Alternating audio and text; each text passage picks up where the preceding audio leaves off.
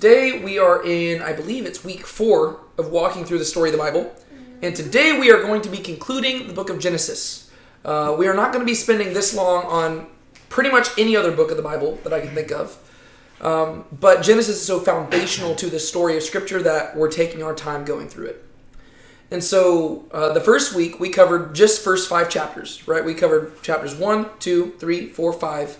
We talked about the creation. We talked about the fall. We talked about Cain and Abel, and we talked about the genealogy that came after that, right? We were really just setting the storyline of the rest of Genesis, because one thing I've been trying to remind you is that Genesis is one storyline, right? A lot of times what we do is we treat all these different individual pieces like they're just separate stories, but there's a beginning and end to Genesis, and the author has something they're trying to communicate through it, and we need to keep that in mind whenever we're studying it.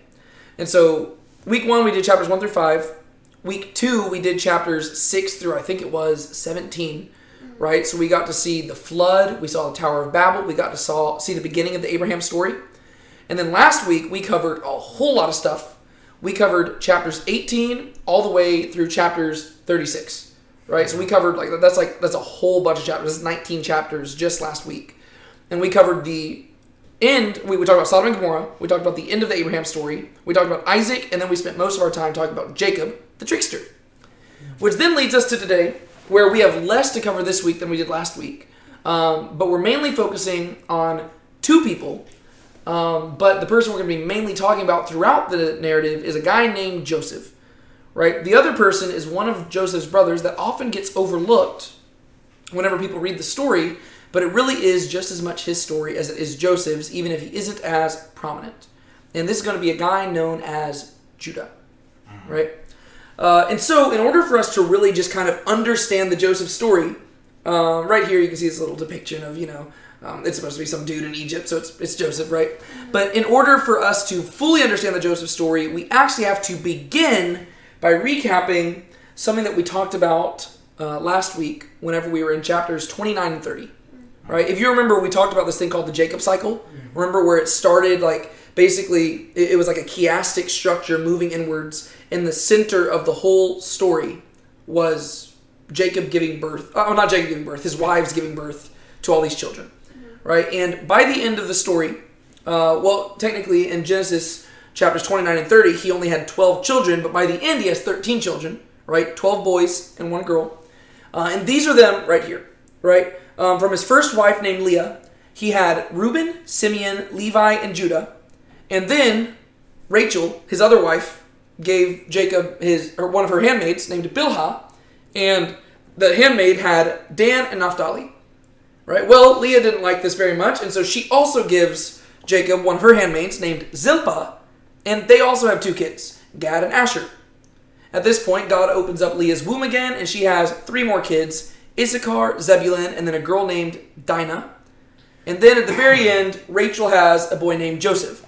And then a few years later, whenever they're on their way back into the land, Rachel dies giving birth to Benjamin. Right? You don't really need to remember all of this information, but there are a few things that you need to remember as we go into this story that are going to kind of teach us how exactly we're going to be, what characters to focus on, and just for us to better understand the dynamic of what's going on here. Right? So, who is the firstborn of all these children? Reuben, right? And so, just according to basic custom, who would be the person who you would assume would receive both the blessing and the inheritance? Reuben, right? And just a reminder, we talked about this last week, but the inheritance, which would be the birthright, right? This would be more the physical things that the father leaves to the children, right? Whereas the blessing is more the spiritual component of those things, right? And so whenever you're reading through Genesis, you have to realize that there's both a birthright and a blessing, right? There's physical inheritance because the family we're dealing with is a pretty wealthy family. They have a lot to leave behind. But then they also have this legacy and this covenant given to them by God that they're also leaving behind. And you have that whole seed of the woman, seed of the serpent promise that goes way back to Genesis 3. Y'all remember that? Right? And so throughout Genesis, you're tracing the seed of the woman. And you're trying to see who the blessing is going to go through. Right? And so we started with Adam. And then remember, it went through Seth. And then we got down to Noah. And we went through Shem. And then we eventually got to Abraham. And then it wasn't to Ishmael, it was to Isaac, right? And then from Isaac, it wasn't to Esau, it was to Jacob, right? And Jacob is going to be the person who produces the 12 tribes of Israel. And last week we saw Jacob's name changed to Israel. Once again, I'm condensing all this stuff down. I'm just trying to highlight the fact that Jacob is ultimately the person through whom the blessing is going to come. And Jacob is going to be the father of the nation of Israel. And so in a way, all 12 sons are going to receive a blessing, right? And all 12 sons are going to receive an inheritance, a birthright. But just for the sake of studying Genesis, we have to realize that we're trying to figure out who's going to be the choice son, right? Well, Reuben's the firstborn.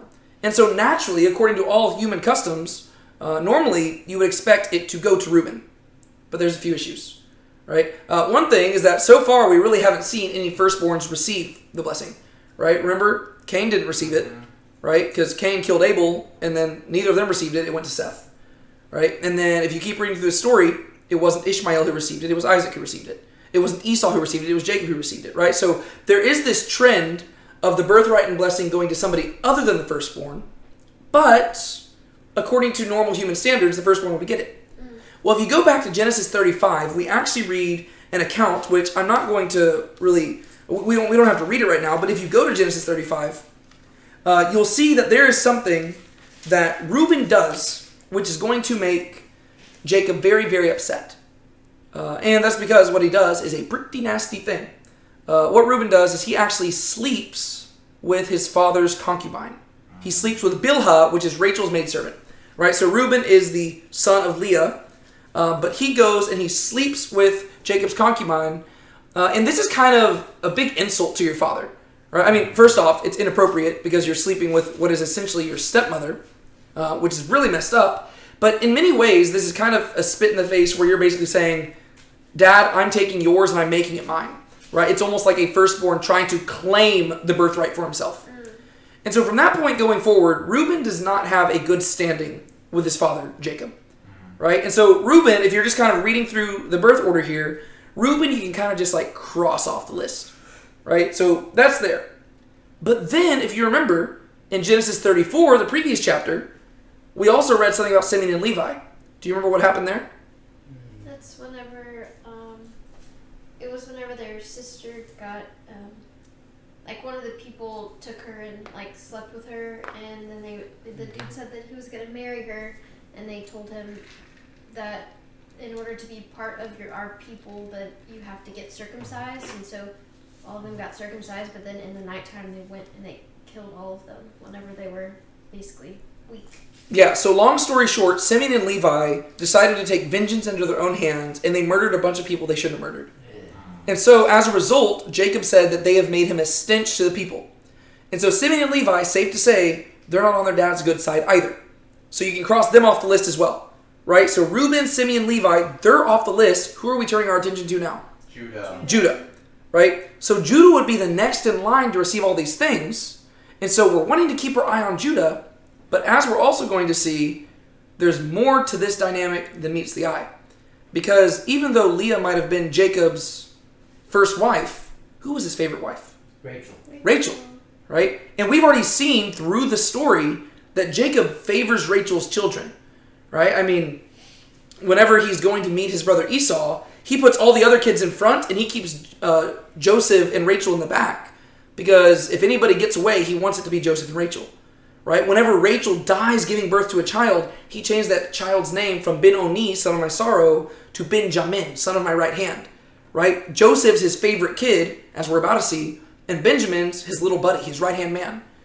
And so now you've got this extra, like, just family tension, right? Because as we're going to read through this story, you realize that all the attention is on Judah because he's in many ways being treated as the firstborn, but Joseph is the favorite kid. And so according to worldly standards, Judah should be the one to receive everything.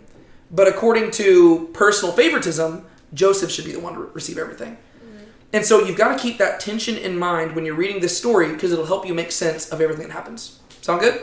All right. Let's read through this. Just since we can, I'm going to try to see if we can actually read some more scripture today, like instead of just summarizing it. So let's go Genesis 37. Let's see how the story plays out. Now Jacob lived in the land where his father had sojourned, in the land of Canaan. These are the records of the generations of Jacob. Joseph, when 17 years of age, was pasturing the flock with his brothers while he was still a youth, along with the sons of Bilhah and the sons of Zilpah, his father's wives. And Joseph brought back a bad report about them to their father. All right, so what we're going to see here is we're going to see that very quickly Joseph's brothers are not going to like Joseph, right? And here's the first reason. The first reason is because in their eyes he is a snitch. He's a tattletale, right? He's a goody two-shoes, right? What Joseph's doing here is not bad, right? He sees apparently that his brothers are doing something bad. He tells his dad about it. Brothers don't like when you do that though, right? So Joseph's doing the right thing, but they don't like it, right? And so already he's in their bad graces. Then we keep reading. Now Israel loved Joseph more than all his sons because he was the son of his old age, and he made him a vari-colored tunic. His brothers saw that their father loved him more than all his brothers, and so they hated him and could not speak to him on friendly terms. Strike number 2, right? So not only is Joseph a tattletale, but he also is given this lavish coat by his father, which in many ways kind of identifies Joseph as the favored son that he's wanting to give the blessing and birthright and stuff to, right? So even though Jacob has all these other sons, in his eyes, he kind of treats Joseph like the firstborn, right? It's almost like those other sons don't count to him, right? From his eyes, Rachel was supposed to be the one he was going to marry first, and he is going to treat Joseph like his favorite kid, right? And whenever Joseph's out of the picture, guess who he's going to treat as his favorite then? Benjamin, right? From Jacob's eyes, even though Rachel's dead, he still has not forgotten his love and really lust for Rachel, right? So keep all those dynamics in the background because that's going to shape the story going forward.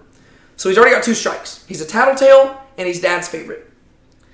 Then Joseph had a dream, and when he told it to his brothers, they hated him even more. He said to them, "Please listen to this dream which I have had. For behold, we were binding sheaves in the field, and lo, my sheaf rose up and also stood erect. And behold, your sheaves gathered around and bowed down to my sheaf."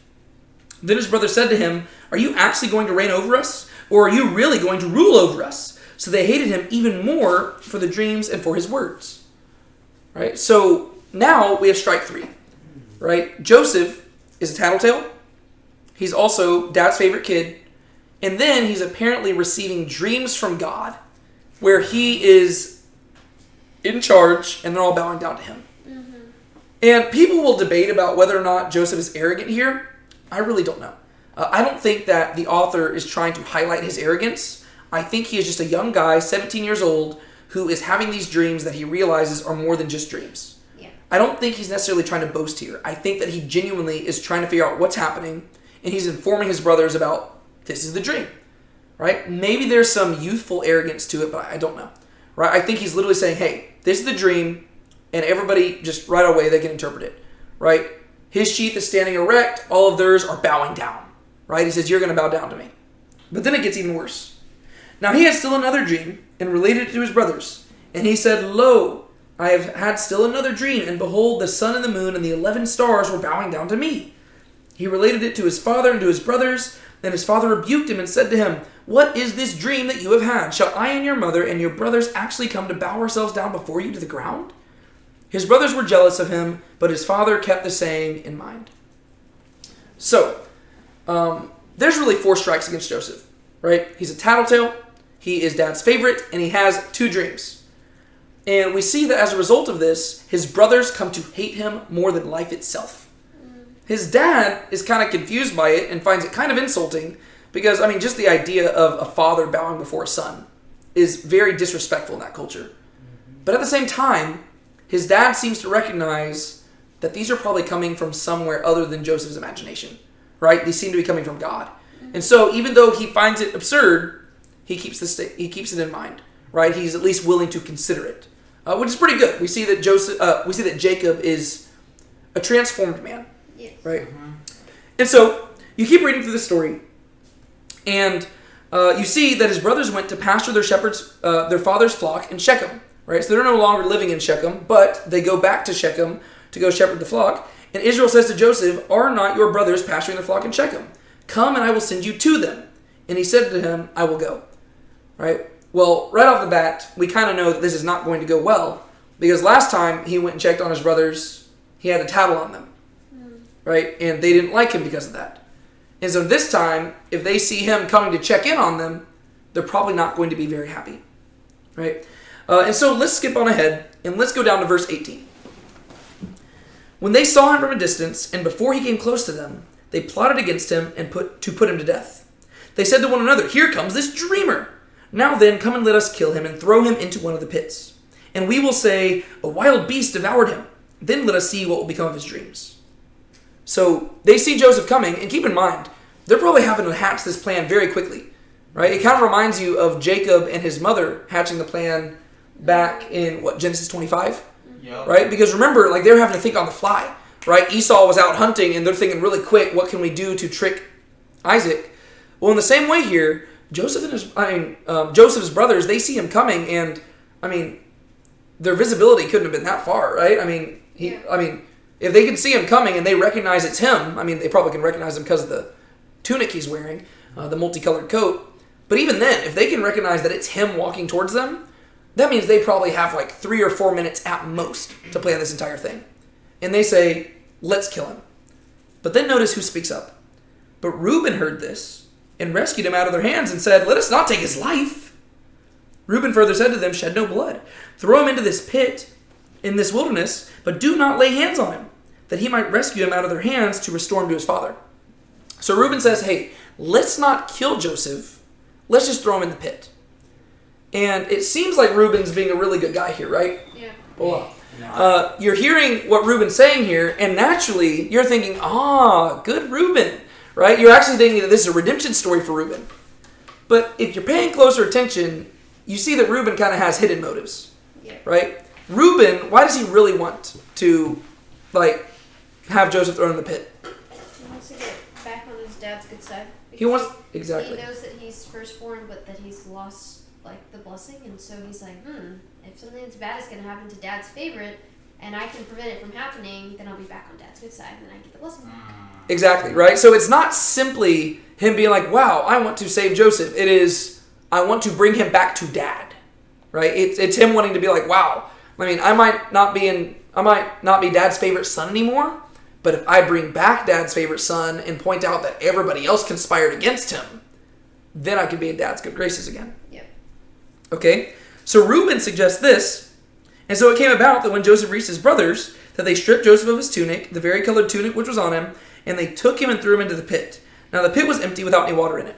So they take Joseph, they throw him in the pit, and apparently during this whole situation, Reuben is not here, right? Reuben, apparently, he went and did something whenever the brothers actually did this, because we read this.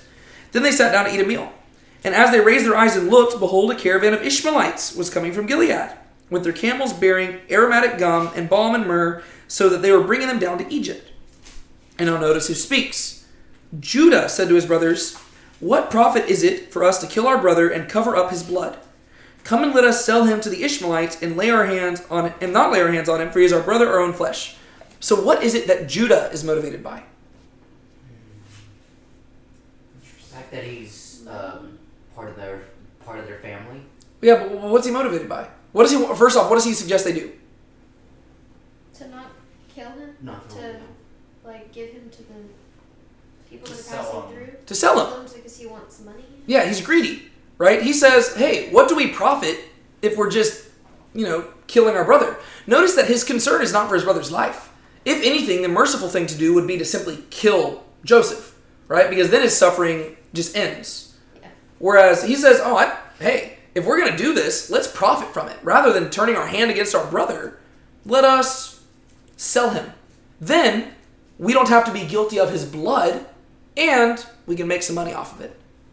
Ironically, there's another character named Judah in the Bible who does the same thing. You don't usually realize his name is the exact same, but we usually call him Judas Iscariot, right? Judas, his name is the same as Judah, right? Very similar, right? He's willing to betray somebody by selling him for the price of a slave because he's greedy, right? So whenever you get to the story of Judah betraying Jesus, very similar thing happening here. And so he says, hey, let's not be guilty of our brother's blood. Let's just sell him as a slave. Ironically, this is the same logic as Batman in Batman Begins. He's like, I'm not going to kill you, but I don't have to save you either. It's like, okay, you're still guilty of your brother's blood, right? All because you didn't touch, like he's being very legalistic here, right? He's playing it by the rules. I did not actively kill him and therefore I am innocent. Yeah. That's not exactly how it works, right? But that's what they end up doing, right? And so they sell Joseph into slavery in Egypt. And then verse 29, it says, Now Reuben returned to the pit, and behold, Joseph was not in the pit. So he tore his garments. He returned to his brothers and said, The boy is not there. As for me, where am I to go? Do you notice what his concern is? He doesn't say, the boy is not here, woe is me because poor Joseph is dead. Yeah. Right? He isn't lamenting his brother. He says, where am I supposed to go? Right? His concern is once again self-focused. Right? He's saying, how can I go home to dad now without Joseph? Right? So he isn't actually concerned about Joseph. He's still concerned about himself. Yeah. And so we get to see that Reuben, he has a fake redemption. Right? He looks like he's trying to be a good guy, but really he hasn't been redeemed. Right? And Simeon and Levi, they're just going to be silent throughout this whole thing. So our eyes are still going to be on Judah. And so what they end up doing at the end of this chapter is they decide that they need to at least fake like Joseph got killed. And so what they do is they take his tunic, they kind of rip it up a little bit, they dab it in some blood, they bring it back home, and they tell Jacob that that his favorite son has died. And from this point going forward, for the good majority of the story, Jacob is going to become a shell of a man. It's really, really sad. And now, we're going to go into chapter 38, and oftentimes people fail to understand what role chapter 38 plays in the grand scheme of the story. But once again, we're paying attention to Judah and Joseph. And even though Joseph is the greater emphasized person in this story, Judah is also a main focus. And people often miss this. Chapter 38 is Judah's story. And the cool thing is that it's going to be Judah's redemption story. We're going to see why, like later on, we're going to see Judah again in the story. And we're going to see in this chapter why he is such a different character. Right? Because if you think about it, Judah is the one who sets in motion this entire series of events. Unintentionally, Judah's intention is to basically earn a profit by selling his brother into slavery. Unintentionally, Judah is going to set in motion the events that bring about the salvation of his whole family. Because all of this was orchestrated by God. Right? Once again, it's kind of like Judas. Right? Judas is guilty for betraying Jesus and handing over to the authorities. But unintentionally, Judas set in motion the events that led to the salvation of all humanity. Right? And so it's a very similar thing. But Judah in Genesis, unlike Judas, is going to have a redemption story. And that's what we're reading chapter 38. It opens up like this. So chapter 38 is actually going to span a long time. I imagine that chapter 38 begins before the events of chapter 37 and it ends somewhere while Joseph is still in Egypt. Right? So this is going to span a long time. And it came about that time that Judah departed from his brothers and visited a certain Adullamite whose name was Hira. Judah saw there a daughter of a certain Canaanite whose name was Shua, and he took her and went into her. So she conceived and bore a son, and he named him Er. Then she conceived again and bore a son and named him Onan. She bore still another son and named him Shelah. And it was at Chezib that she bore him. All right. Now what's going to happen going forward here, and I'm just going to summarize a lot of this just so we can get through the story. So Judah has these 3 sons, right? And he is going to marry off the first of these sons to a woman named Tamar, right? However, Judah's sons are not good guys, right? They are bad dudes, and it says that as a result of them being bad, God's basically going to strike them down one after another, right? And so Judah's first son is married to Tamar, and the son is struck dead. Well, according to the customs at that time period, if a man died and the woman did not have an heir, well, then the woman would marry the brother of that man. All right, well, Judah marries Tamar off to the second son, but that son is also evil. And so that child is also struck dead, which then means that Tamar is now due to be married to the third son. But this is where Judah says this, going down to verse 11. Then Judah said to his daughter-in-law Tamar, Remain a widow in your father's house until my son Shelah grows up. For he thought, I am afraid that he too may die like his others. So Tamar went and lived in her father's house. So the third son is not of age yet. And Judah uses this to his advantage. And he points out that, hey, my son's not old enough. You go wait in your father's house. And whenever my son does go of age, I'll let you know so that you can marry him. But Judah has picked up stuff from his dad. He's deceptive, right? Rather than realizing that his children's deaths are a result of their own sin, he kind of views Tamar like a bad omen, right? And he says, you know what? 2 of my sons have died by being married to you. I'm not losing my 3rd son by marrying him to you. And so he tells Tamar that one day in the future, she can marry his 3rd son, but he doesn't have any intentions on actually fulfilling this, right? He's kind of a mixture of Jacob and Laban in this story, right? He's deceptive like that. And so Tamar goes away, and what you have to realize is that Judah is doing to Tamar something very similar to what he did to Joseph, right? Because Judah is only focused on himself, right? Right now, he is depriving a widow of any future, right? He is saying, go back to your father's house, and according to that custom, she would basically be destitute unless she ever got married to somebody else. And nobody other than somebody from that family would marry somebody like her, right? And so he is basically sending her off to a similar fate to what he sent Joseph to, and it's simply because he's greedy and self-focused, right? And so Judah right now is the epitome of just greed, pride, selfishness. But that's not how the story's going to end. Time passes, and we read this. Now after a considerable time, Shua's daughter, the wife of Judah, died. And when the time of mourning was ended, Judah went up to his sheep shearers at Timnah, he and his friend Hira the Adulamite. And it was told to Tamar, behold, your father-in-law is going to Timnah to shear his sheep. So she removed her widow's garments and covered herself with a veil and wrapped herself and sat down at a gateway of Enaim, which is on the road to Timnah. For she saw that Shelah had grown up and she had not been given to him as a wife. So eventually Judah's wife dies, right? And Judah mourns for a little bit, but we're going to see that Judah is not a great guy. And now that the time of mourning has passed, he's going to go seek fleshly pleasures in other ways, and he's going to go try to sleep with a prostitute. Well, Tamar hears about all of this, and she learns that his 3rd son has grown up, and she has not been notified about this. So she begins to realize that Judah is not planning on actually going about this whole marriage thing. And so Tamar sets in motion a whole plan. She disguises herself like a prostitute and positions herself outside of the city, so that whenever Judah is coming by, he stops by her and she propositions him, right? And she says, hey, what will you give me if I do this for you? And he says, oh, I'll give you this, this, and this. And she says, well, how do I know you'll give me that, that, and that? Right? You can tell me that you're going to pay me all this money, but what do I have to guarantee that you'll actually come back and pay it? I need something right now. And so what Judah does is basically he gives her his walking staff and like his, I think, is it signet ring or something like that?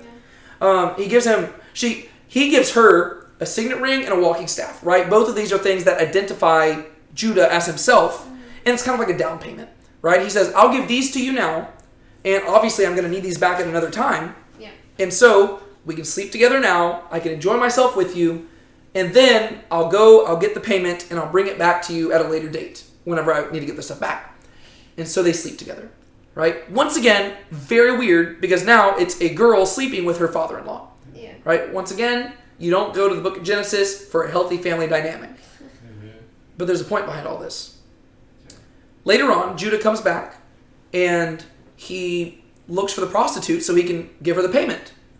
And the people of the city are confused, because they say, there is no prostitute here.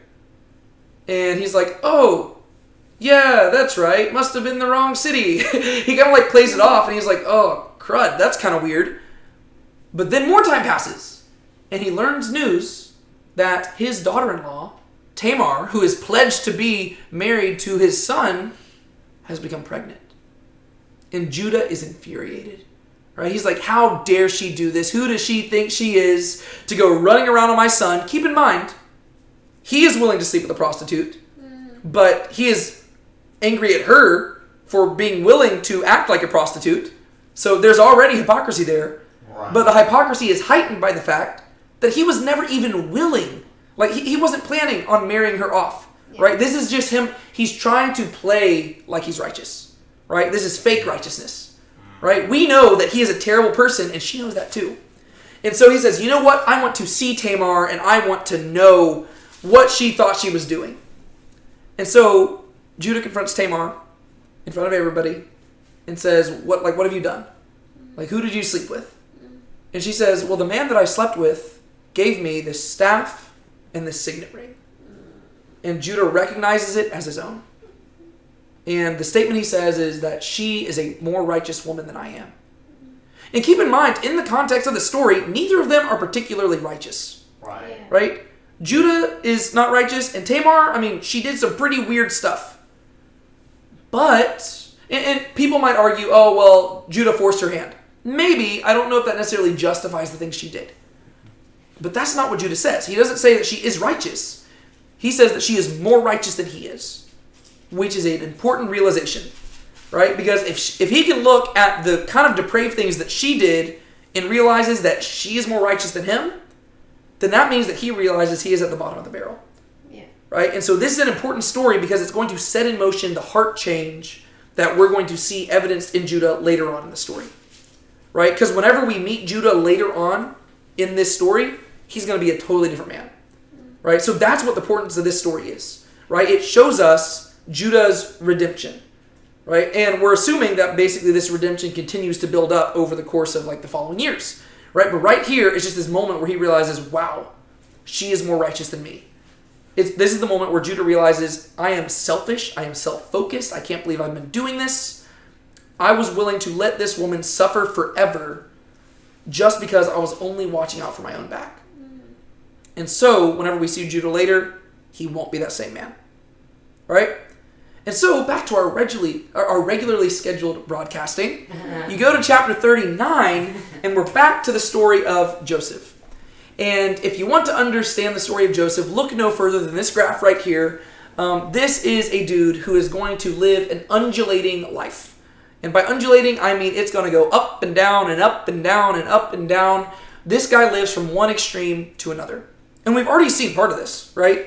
I mean, he started off the story as like, you know, he was at the top of the world, right? He was his dad's favorite. And if you think about who Jacob is, I mean, Jacob is literally God's chosen one at this point, right? If you're just tracing if you understand the ramifications of the Abrahamic covenant, whoever is the head of household, whoever's the patriarch of the Abrahamic covenant is the single most important person alive at that given point on the face of the planet, right? Just because, I mean, salvation rests on their shoulders. Right? And so Jacob is the patriarch, right? He's the single most important person on the face of the planet at that time period. And Joseph was his favorite kid. And so Joseph starts off the story at the top. But by the time you get to the end of chapter 37, he's been sold into slavery, and he's no longer even living in the promised land. Right? He is now living away from his family. All the stuff that he once had has been deprived of him. Right? His dream was about being in charge of everybody, and now he's a slave. Right? That's the exact opposite. Yeah. He was given this multicolored coat, and that multicolored coat has been stripped from him. It's not going to be the only coat that's stripped from him in the story. Right? It's been stripped from him, it's been ripped up, it's been doused in blood. He was his dad's favorite, now he's not even anywhere close to dad. Right? And so Joseph is at the bottom of the barrel. But as we're going to see over the course of this story, God is with Joseph. And Joseph is just one of those cool guys. You know how we were talking about how Genesis is all about faith? Like Abraham's faith is like amazing faith, but not perfect. Right? Like Abraham, he's willing to do whatever God asks him to do, but if God is not ultra specific, Abraham will mess up. Isaac, his faith was just kind of like a shadow of his father's, right? It wasn't as impressive, it was just kind of there. Jacob's was you could barely even call it faith. Right? Jacob's faith is wow, if God can use that, then God can use any of us. But Joseph in many ways represents the ideal version of faith. Right? And really, in many ways, you can contrast Joseph's faith and Judah's faith to really get a perfect picture of what faith is. Because they could not be more different characters, but God's going to use both of them. Right? But Joseph's faith is the example of faith that you really see alluded to throughout the rest of Scripture. Right? Where it's a faith that endures through hardship and never loses sight of God's ultimate long-term plans. Right? That's who Joseph is. I'm sure that during all of this, Joseph had times where he was having a tough time and he complained. But the author of Genesis does not describe that. Yeah. Right? Instead, it's always Joseph just being faithful, faithful, faithful. And so when you get to chapter 39, we get to see another undulation. Right? What we see is that during his time in slavery, Joseph begins to work for a guy named Potiphar. And very quickly, Potiphar takes a liking to Joseph. And Joseph, very quickly, is elevated to being the head of Potiphar's household, to where the only person above him is Potiphar himself. God is with Joseph, right? And Joseph is one of those guys, kind of like David later on in the Bible. Joseph is one of those guys where whenever people meet him, they can't help but like him, right? He's just a likable dude. And he's a faithful guy. He's a faithful worker. He doesn't complain about being a slave. He does his job with excellence, and he's elevated for it. And so Potiphar puts him in charge of everything, and it says that he withheld nothing from Joseph except for his wife. However, there's an issue here, right? Because now you have Joseph who is in charge of Potiphar's household, which means that he is the one working all the things at Potiphar's house whenever Potiphar is away doing business. Well, guess who else is at Potiphar's house all the time? His wife. Potiphar's wife, right? Women back then didn't typically have a lot of jobs, right? So here, Potiphar's out at work all the time, and Joseph, this foreign young man, a slave, and therefore probably in pretty good shape, and a young guy, he's here, right? And we read that Joseph is he's a good-looking guy, right? And so here you have this woman at home all the time, and she sees this exotic, good-looking, strong, probably muscly slave working around the house all the time, and he seems just like a good guy. Everybody trusts him. Everybody loves him. Well, Potiphar's wife begins to lust after Joseph. Right? And so she begins to kind of just start throwing herself at him. But once again, Joseph's a good dude. He says, my master, your husband, has withheld nothing from me except for you. How could I sin against my master and against God by doing this thing with you? And the Bible doesn't tell us where he really stands with this, but it never says that Joseph didn't want to do it, right? It just says that it's unthinkable to him, right? Because ultimately it doesn't matter whether or not he wants to, because his own desires are not at play here. He simply says, I cannot sin against my master and I cannot sin against God by doing this. However, Potiphar's wife is not willing to hear this. And so she keeps throwing herself at him, and then finally she just goes for it. And Joseph pulls away. And Joseph flees from this whole situation because he's like, I'm getting out of here, right? This is not good. But she's clinging onto him, and just like his brothers ripped his robe from him, she also rips the robe from him as well, right? And so once again, there's this metaphor of every time the robe is ripped, Joseph's life's about to get really miserable, right? He's going to go back down again. And so Joseph flees, and Potiphar's wife rips the robe off of him, and she decides to spin the story. Rather than it being her who was assaulting him, she screams and says that it was him assaulting her. And whenever she screamed, he's the one who fled away, and she just has the coat as evidence. And now if you think about it from Potiphar's perspective, who are you going to believe? Are you going to believe your loving wife who you have trusted and loved all your life? Or are you going to trust the strapping young man who you have just given all this power to? You're probably going to believe your wife, right? You're probably going to think that this guy, he seemed like a good guy, but the power went to his head and he decided to take your wife for himself. And so what does Potiphar do? He has Joseph thrown in prison. And so, once again, Joseph is falsely accused, and he's at the bottom of the barrel, right? He's in prison. That leads us to chapter 40. But once again, Joseph's a good dude, and God's with him. And Joseph doesn't complain about it. And so, in the early verses of chapter 40, we get to realize that, or actually it might be at the end of chapter 39. End of chapter 39. The chief jailer committed to Joseph's charge all the prisoners who were in the jail, so that whatever was done there, he was responsible for it. The chief jailer did not supervise anything under Joseph's charge because Yahweh was with him. And whatever he did, Yahweh made him to prosper. This is so cool, right? I mean, talk about God's provision here. I mean, whenever Joseph is made a slave, he is made the slave in charge of other slaves. And whenever he's made a prisoner, he has made the prisoner in charge of other prisoners. Yep. This is unheard of. What type of jail system is this? Right? I mean, it's basically the jailer himself doesn't have to do anything because he is just giving the job to Joseph. And we get to see that even whenever he is deprived of his freedom, Joseph is still a hard worker, right? And he's willing to just do stuff, right? It's almost like this guy just can't rest, right? He's like most people just grovel in their self-pity, but Joseph, he's an active dude. And people see this, and they're like, all right, well, if you want to do my job for me, by all means, do it. And so the jailer puts Joseph in charge of all the other prisoners, which is crazy. At the same time, Joseph's still at the bottom of the barrel because, I mean, It's like this is why I have it at like both, right? Because he's falsely accused and he's in prison. And you could argue that he kind of works his way back up to the top because he's like been elevated, but he's still in prison, right? And so it's like he's spiritually doing great, right? I mean, like if you're just looking at his status in the jail, he's back at the top, but he's still in prison. Yeah. This leads us into chapter 40, where we're going to see that two people have some dreams, right? Foreshadowing. Yes. Yeah, and we've already seen that Joseph is really good at interpreting dreams. Well, while he's in prison, it turns out that Pharaoh gets really angry at his chief cupbearer and his chief baker, and he has them thrown in prison. It doesn't tell us exactly why he was angry, but I would assume that... just 1 second. Okay, well, it said that, it says that they offended their master. It doesn't tell us exactly. I just want to make sure that it didn't actually clarify anything.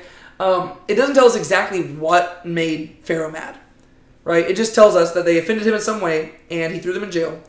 And given the fact that both of these people are in charge of food and drink, I'm assuming that they either gave him a really bad meal, in which case this dude is just like an emotional wreck, and he's like, you gave me a bad meal, you're in jail. Or I would think that maybe there was something that got him sick. Right? And he might have thought that somebody was trying to poison him. Right? That's just I can't prove that. That's just my own speculation, just because why else would you throw your cupbearer and baker into prison at the same time? That's kind of just my guess. Maybe he ate something, drank something, and he got sick. He didn't know which one did it. He was mad at both of them. He thought somebody tried to imprison him. He throws them back into prison. Right? But while they're there, they meet Joseph. And it turns out that one night in prison, both of them have a dream. And nobody can figure out the dream. But then Joseph says, hey, tell me the dream. In the past, God has given me the ability to interpret dreams, and so maybe you can tell me as well. It's very interesting. We don't really see a lot of people like Joseph in the Bible who are just good at interpreting dreams. Ironically, there's really only a few that I can think of. Joseph, right here, is the first one that comes to mind. A second one would be Daniel, right, whenever you get to the book of Daniel. And then the third one that really comes to mind is another guy named Joseph, who is the father of Jesus in the Gospel of Matthew, right? He also receives dreams from God and interprets them and saves his family. It's almost like it's all connected. Mm-hmm. But Joseph says, hey, tell me these dreams. And it turns out that both of the dreams are very similar to one another. We don't have to break down the details of the dreams, but they're very similar. And what Joseph does is he gives the cupbearer his dream interpretation first. And he says, well, I can interpret this dream for you simple enough, right? In 3 days, Pharaoh is actually going to restore you to your position, right? And you're going to be his cupbearer again, and everything's going to be great. Well, the cupbearer is like, well, sweet, that sounds awesome. Yeah. Well, the baker, his dream was very similar to the cupbearer's. And so he's like, well, sweet, let me tell you my dream so you can interpret that. Well, Joseph hears this one, and he says, well, I hate to break it to you, but the opposite's going to happen for you. In 3 days, you're going to be killed. Right? And really, the language is actually very similar, because he says, for the cupbearer, in 3 days, your head will be lifted up, and you will be restored. And for the baker, it's in 3 days, your head will be lifted up and separated from your body. Right? So it's so both of them are 3 days later, but one's going to be restored to their position, and one's going to be killed. And sure enough, that happens. But before the cupbearer is restored, Joseph asks him to do one thing. He says, don't forget me whenever you're elevated. And the cupbearer says, I'm not going to forget you. Everything will be good. Verse 20 of chapter 40. Thus it came about on the 3rd day, which was Pharaoh's birthday, that he made a feast for all his servants. And he lifted up the head of the chief cupbearer and the head of the chief baker among his servants. He restored the chief cupbearer into his office, and he put the cup in Pharaoh's hand. But he hanged the chief baker, just as Joseph had interpreted to them. Yet the chief cupbearer did not remember Joseph, but forgot him. Bottom of the barrel again. Right? So here Joseph had his opportunity for freedom. If only the cupbearer had remembered him and said something good to Pharaoh. But he doesn't do it. Instead, he is forgotten. And so Joseph wastes away in prison even longer. Dun, dun, dun. We go to chapter 41, and one night, Pharaoh has several dreams as well. And once again, we don't need to break down the dirty details of all the dreams, but long story short, nobody can figure them out. right? Nobody can figure it out, right? He's getting all the musicians. He's trying to get everybody to interpret this dream. Nobody can do it. And then finally, at long last, the cupbearer says, holy smokes. There's this dude who interpreted my dream back in prison, and I bet he could do it. I totally forgot. Wow, this is on me. Yes, there's it. It's like, wow, that was a big oversight on my part. And so he tells Pharaoh, go get this guy, and maybe he could interpret the dream for you. So we read this in verse 14, chapter 41. Then Pharaoh sent and called for Joseph, and they hurriedly brought him out of the dungeon. And when he had shaved himself and changed his clothes, he came to Pharaoh. Pharaoh said to Joseph, I have had a dream, and no one can interpret it. And I have heard it about you, that when you hear a dream, you can interpret it. Joseph then answered Pharaoh, saying, it is not me. God will give Pharaoh a favorable answer. So Pharaoh spoke to Joseph, and he told him the dream. Right? Once again, notice Joseph, how cool Joseph is. He says, hey, I can't do this. The credit goes to God. Like, you're seeing in Joseph, you're seeing this picture-perfect example of faith. Mm-hmm. Right? You've got this guy who says, I can't do it. All the credit goes to God. Let me hear the dream. Pharaoh tells Joseph the dream, and Joseph has no problem interpreting it. He says, here's what the dream means. He says, there are going to be 7 years of plenty in the land of Egypt. And immediately after those 7 years are going to be 7 years of famine. During those 7 years of plenty, you need to store up as much food as possible because you need to be able to provide for your people. But also, if you're wise, this would be a good opportunity for Egypt to gain a lot of power because the famine's going to go everywhere and other people are going to need grain too. And so if you store up enough grain during those 7 years, not only will Egypt be saved, but Egypt will be able to save everybody else. And everybody else will become servants of Egypt. So he says, what I think you need to do is I think you need to appoint somebody who knows how to handle all of this stuff so that this person can save Egypt from their own destruction and save the rest of the world from destruction as well. Right? We need somebody who can just manage the food. Right? Put somebody in charge of that. And people once again will speculate about what Joseph's doing here. And I don't know. It could go either way. Some people think that Joseph might be saying, nudge, nudge, wink, wink. The person who should be in charge is in front of you. I don't know. It could be that Joseph's doing that. But once again, I think that Joseph is simply being I think we've seen evidence in the story that Joseph's not trying to elevate himself. He is just speaking honestly and he gets elevated. I think he's genuinely just giving advice. He's saying, this is what I think you need to do. And Pharaoh hears the wisdom coming out of Joseph's mouth, and he says, well, who better than you to do this? Right? I mean, you've demonstrated all this amazing wisdom. Let's put you in charge of this whole situation. And so that's what he does.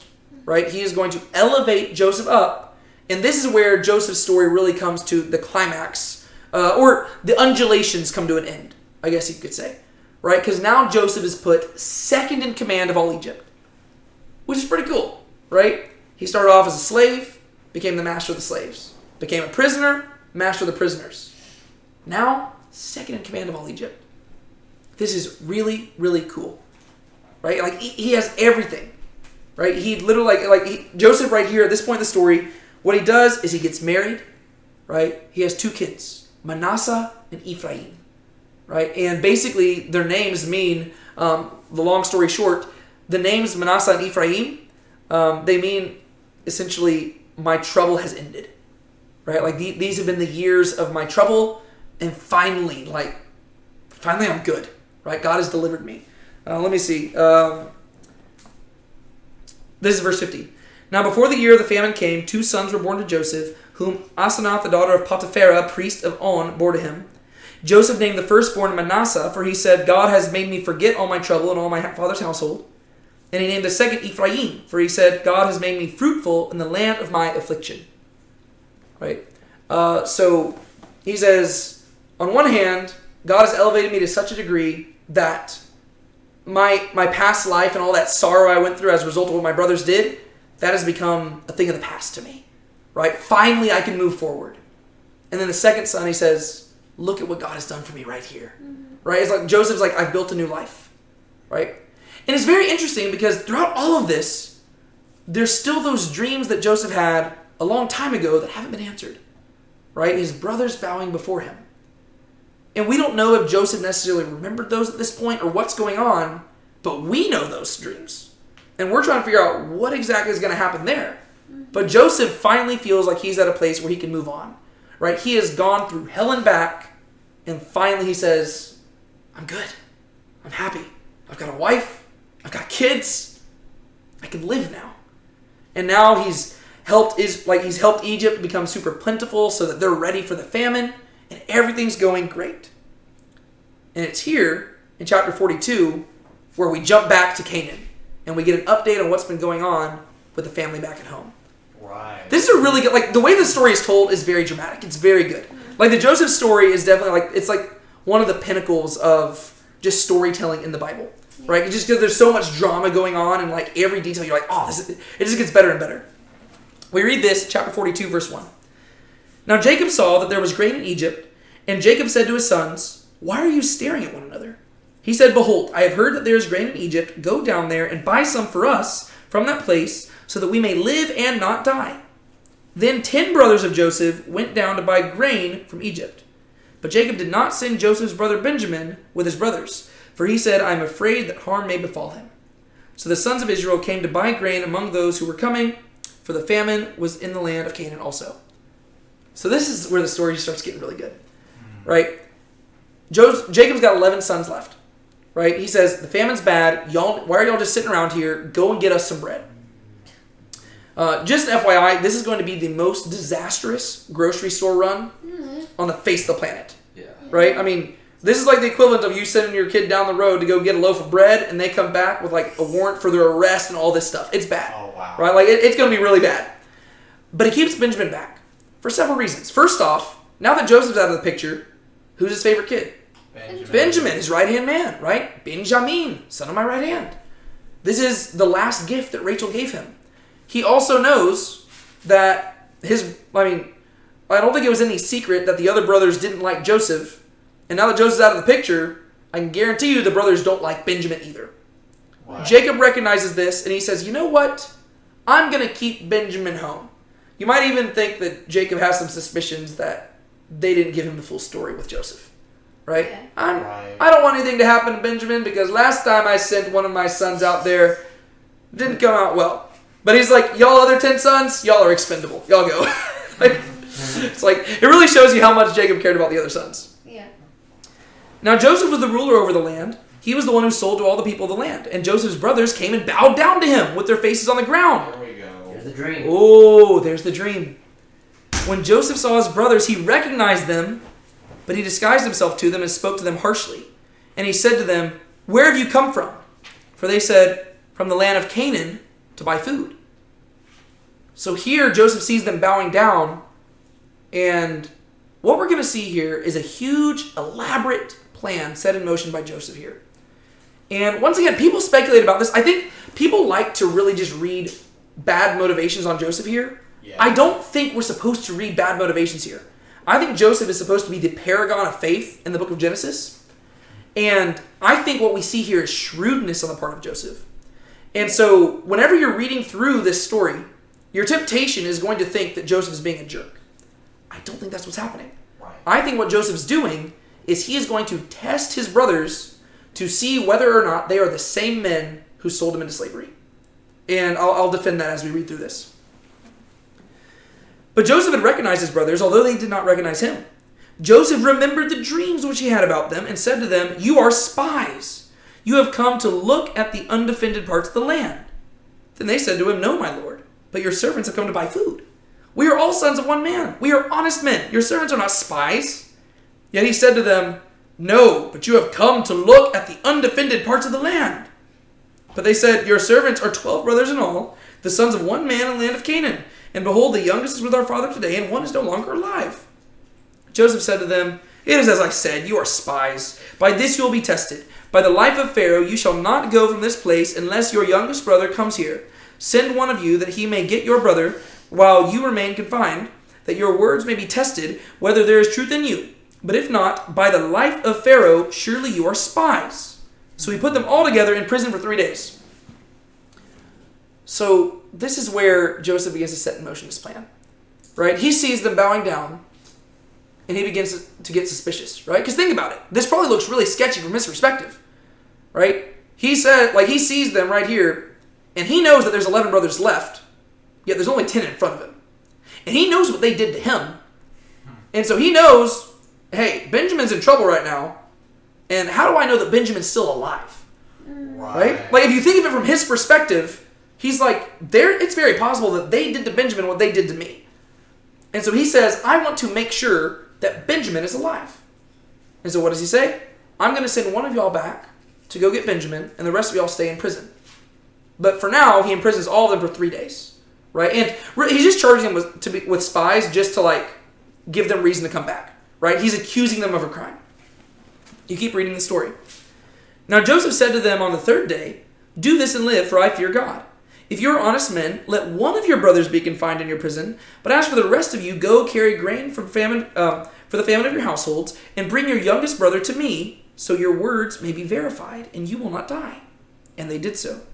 Then they said to one another, truly we are guilty concerning our brother, because we saw the distress of his soul when he pleaded with us, yet we would not listen. Therefore the distress has come upon us. So the brothers, like, Joseph gets onto them and he says, here's what you're going to do. Y'all can all go back, right? He said, I changed my mind. Since I'm merciful, instead of keeping all of you here and sending one of you back, I'll send all of you there and only one of you stays here. So he says, but I still want to see your other brother to see if your story is legit, because I think you're spies. And the brothers hear this. And notice the first thing that comes to their mind. They're saying, we're being punished for what we did to Joseph. And if you think about it, 20 years have passed. Right? Joseph was sold into slavery when he was 17. He did not become second in command of Egypt until he was 30. And now these are during the 7 years of famine, which means that another 7 years have passed since then, right? That's at least 20 years. Yeah. Yet the first thing they think of is this is punishment for what we did to Joseph, which tells you that they have been racked with guilt for 20 years over what they did. But then notice Reuben speaks up. Reuben answered them saying, did I not tell you, do not sin against the boy, and you would not listen? Now comes the reckoning for his blood. I love this detail here. They did not know, however, that Joseph understood, for there was an interpreter between them. He turned away from them and wept. Why do you think he turned away and wept right here? Who exactly? Joseph. Oh. Because he's hearing this and they don't know it's him, and for some reason they are laden with guilt of what they did with Joseph back 17 years. The reason Joseph weeps, were you going to say something? Oh, well, I was going to say that, like, we got to read all of the behind the scenes of, like, what the brothers were doing, like, back and forth, and I guess whenever he heard that, then he heard that I guess not all of the brothers were, like, for the plan of him going away. Like, I don't know, like, Reuben was trying to make it to where he was to say so. He shows that, like, his brothers still loved him. Like, it wasn't like all of them were in to kill him. Yeah, well, exactly, right? This whole time, he thought all of his brothers were unified in their desire to kill him. But then Reuben right here, like, we already knew about Reuben, right? But Joseph was still walking up whenever Reuben said, don't kill the boy, right? And Joseph was already sold into slavery when Reuben rebuked the brothers later. So Joseph never knew that Reuben tried to save him. And now Reuben says, didn't I tell you we shouldn't have done this? And so Reuben might not be on his dad's good graces anymore, but whose good graces is he on now? Joseph's. Now, do you remember who the second brother, who was the second born brother after Reuben? Simeon. Notice what happens next. But when he returned to them and spoke to them, he took Simeon from them and bound him before their eyes. Then Joseph gave orders to fill their bags of grain and to restore every man's money in his sack and to give them provisions for the journey. And thus it was done for them. So this is where, once again, you have to remember the birth order, right? Often people forget this, but Joseph, this is going to be emphasized throughout this, right? Joseph is going to show that he knows the birth order, and it's going to confuse the brothers. Presumably, he was going to imprison Reuben, but then he hears Reuben say, I didn't want to kill him. And he's like, okay, well, Reuben's good in my eyes. Let's imprison Simeon, because Simeon was the second born. Right? I just think that's really funny. Because I always wondered why Simeon, but then as I was reading, I was like, oh, that's why. So they loaded their donkeys with their grain and departed from there. As one of them opened the sack to give his donkey fodder at the lodging place, he saw his money, and behold, it was in the mouth of the sack. Then he said to his brothers, my money has been returned, and behold, it is even in my sack. And their hearts sank, and they turned trembling to one another, saying, what is this God has done to us? And so what happens in the rest of chapter 42 is probably one of the most awkward moments between a father and his sons ever. Jacob sent his sons on a mission to go get a loaf of bread from the grocery store. They come back and they say, Dad, we have been accused of treason. There's evidence that we have stolen from the very person who accused us of treason. One of your sons is in jail, and we're going to need you to give us your favorite son so we can go back. Jacob's tired of sending them on missions. No, that's what I'm saying. Jacob is like... He's like, I'm going to do everything by myself. I'm not sending you off to do anything anymore. Yeah, no, whenever Jacob sees this, it's like, he's literally like, y'all are going to be the death of me. Like, oftentimes people read this and they're like, Jacob's being dramatic. No, I don't think so. Right? You sent your boys, like, it's like, and think about this poor guy, right? He sent Joseph to go check on these boys, and Joseph ended up dead. Now, he sends these guys on another mission, and they come back accused of treason. They have evidence of being thieves. They've lost one of their brothers already in prison, and now they have the audacity to ask him to entrust his favorite child to them, whenever he wasn't even willing to do that on the bread mission. Right? I mean, this is an awkward moment. And Joseph's like, y'all are gonna kill me. Like he just knows it, right? But at the same time, keep in mind how Jacob's story started. Right? Jacob was a deceiver. Right? And so I think there's also this part of Jacob that realizes that he might also be dealing with the consequences of his earlier actions. Right? It's like he's reaping what he sowed. Right? He caused misery in so many people's lives, and now his sons are bringing misery in his own life. I love how connected this is. Yeah. I like how the Bible connects things. Like, Yep. We can learn from it. Yep. Chapter 43.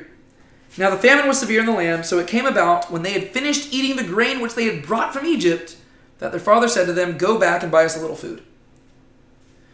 Judah spoke to him, however, saying, The man solemnly warned us, You shall not see my face unless your brother is with you. If you send our brother with us, we will go down and buy you food. But if you do not send him, we will not go down. For the man said to us, You will not see my face unless your brother is with you. Then Israel said, Why did you treat me so badly by telling the man whether you had another brother? Right? He's like, why'd you have to mention Benjamin? It's ridiculous. But they said, The man questioned particularly about us and our relatives, saying, Is your father still alive? Have you another brother? So we answer the questions.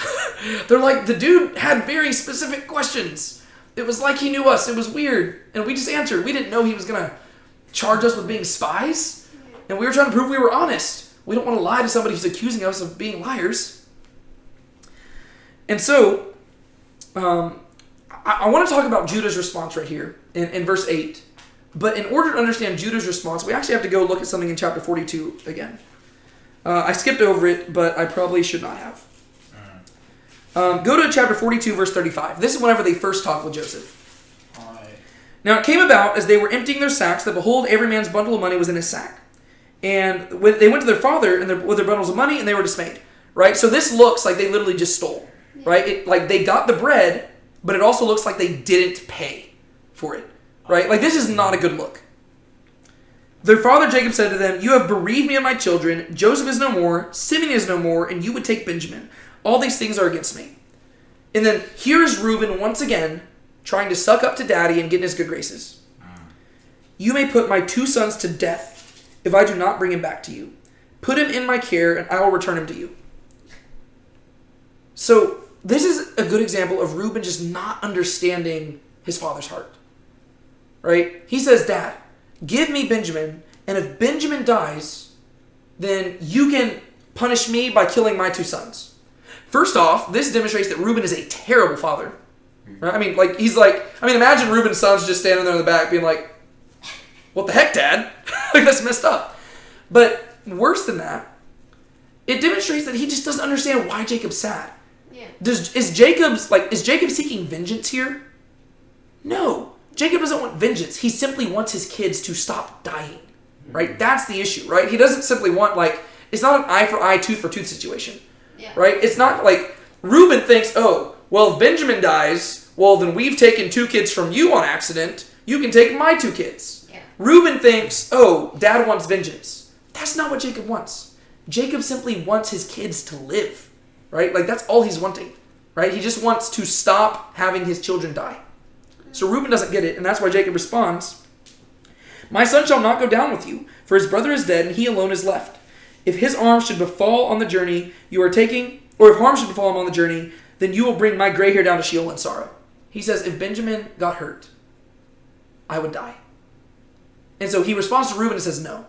Which then takes us back to chapter 43, where Judah's going to speak up. And Judah's going to understand his father's heart a lot more. Verse 8. Judah said to his father Israel, send the lad with me, and we will rise up and go, that we may live and not die, we as well as you and our little ones.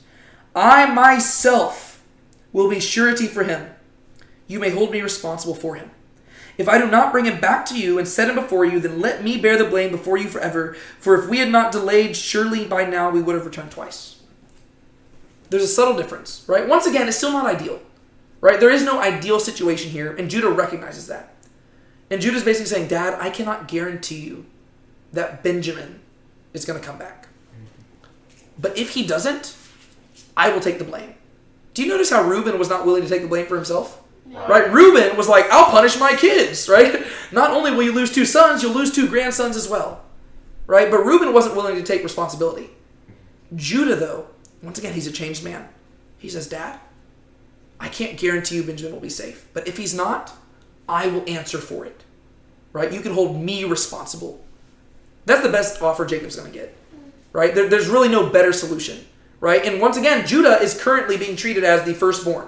Yeah. Right? Because, Reuben, Simeon, Levi, they're out of the picture. Judah's the 4th born. He's the last born of Leah before they started having kids with other ones. So he's really kind of the last viable option before the marriage bed was broken. And so Judah is the one. Right? He says, Dad, trust me. Right? Interestingly, as you go throughout the rest of Scripture, Judah and Benjamin, like the tribes, are going to be closely associated with one another. Whenever the kingdom divides, Judah and Benjamin are going to be together. The other 10 tribes are going to be together. Wow. Right? So Judah and Benjamin are going to be very close for the rest of Israel's history. And so, verse 11, Jacob says, all right, go. Just be careful. And we're going to hop down to verse 16 in a second. But let me just, in order to fully appreciate this story, let me just give you a hypothetical conversation that I can guarantee happened on the way there. Right? The Bible does not tell us this conversation happened, but I know for a fact it had to have happened. The brothers are probably going there, and they're saying, guys, we have to be on our best behavior this time through. Last time, we were simply going to get a loaf of bread, right? We were simply going to get some grain, and we came back, wanted criminals with a brother in prison. Right now, we're going in, and the odds are stacked against us. So we need to be as careful as possible, right? And I imagine they also turned to Benjamin here, the youngest kid, and they said, Benjamin, you are the most important person on this mission. If any of us acted up, it can't be you, right? You are the one, we cannot afford to lose you. You are the last person to act up, right? The Bible doesn't tell us that conversation happened, but if you're viewing this from the brothers' perspectives, you know this conversation happened on the way there, right? There's no other, they had to have said this, right? And if you understand that mentality, the rest of the story is even more dramatic, right? They are trying to be on their best behavior, and Benjamin, of all of them, is his behavior is the most important. Verse 16. When Joseph saw Benjamin with them, he said to his house steward, bring the men into the house, and slay an animal, and make ready, for the men are to dine with me at noon. So as soon as he sees Benjamin, he forgives them of all their crime. He's like, oh, I guess you weren't spies. Your brother's real. My bad. Let's have a meal. Right? So he's he treats them to a meal to kind of make up for it. Right? Let's have a feast. I'm sorry. Right? I accused you of nothing. I accused you for nothing. So the man did as Joseph said and brought the men to Joseph's house. Now the men were afraid because they were brought into Joseph's house, and they said, it is because of the money that was returned into our sacks the first time that we were being brought in, that he may seek occasion against us to fall upon us and take us for slaves with our donkeys. So they don't realize that they're being invited to an actual party. They think this is a trap. Right? They think that Joseph's inviting them there so that he has a reason to accuse them and point out, hey, you stole from me. And really, they have no argument against that because it's true, right? They didn't mean to, but they don't know that Joseph put the money back in the sacks. They just think this was an accident, but it's just not good timing, right? They just think that they've got some really bad luck. So they came near to Joseph's house steward and spoke to them at the entrance of the house and said, O my lord, we indeed came down the first time to buy food, and it came about when we were And when we came to the lodging place, we opened our sacks, and behold, each man's money was in the mouth of his sack, our money in full. So we have brought it back by our hand. We have also brought down other money in our hand to buy food. We do not know who put the money in our sacks. He said, be at ease, do not be afraid. Your God and the God of your father has given the treasure in your sacks. I have your money. So they respond and be like, oh no, I got your money. And now the brothers are even more confused. Wait, what? You had our money? Huh.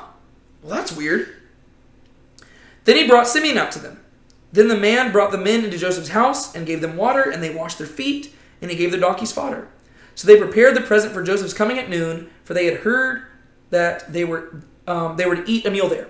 Right? So they get to Joseph's house, and they learn, oh, okay, we're going to have a meal with Joseph. Very cool. I guess everything's good. We're just going to celebrate now. Awesome. When Joseph came home, they brought into the house him the present which was in their hand, and bowed to the ground before him. Then he asked them about their welfare, and said, is your father well, of whom you spoke? Is he still alive? They said, your servant our father is well, he is still alive. They bowed down in homage. And he lifted his eyes and saw his brother Benjamin, his mother's son, and he said, is this your youngest brother of whom you spoke to me? And he said, may God be gracious to you, my son. Joseph hurried out, for he was deeply stirred over his brother.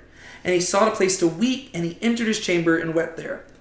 Joseph's an emotional dude, right? And it makes sense, right? Because think about it. This dude, once again, has gone through hell and back, right? He finally has built this new house, this new life for himself in Egypt, right? He thought that his old life was behind him, and he thought he could start afresh.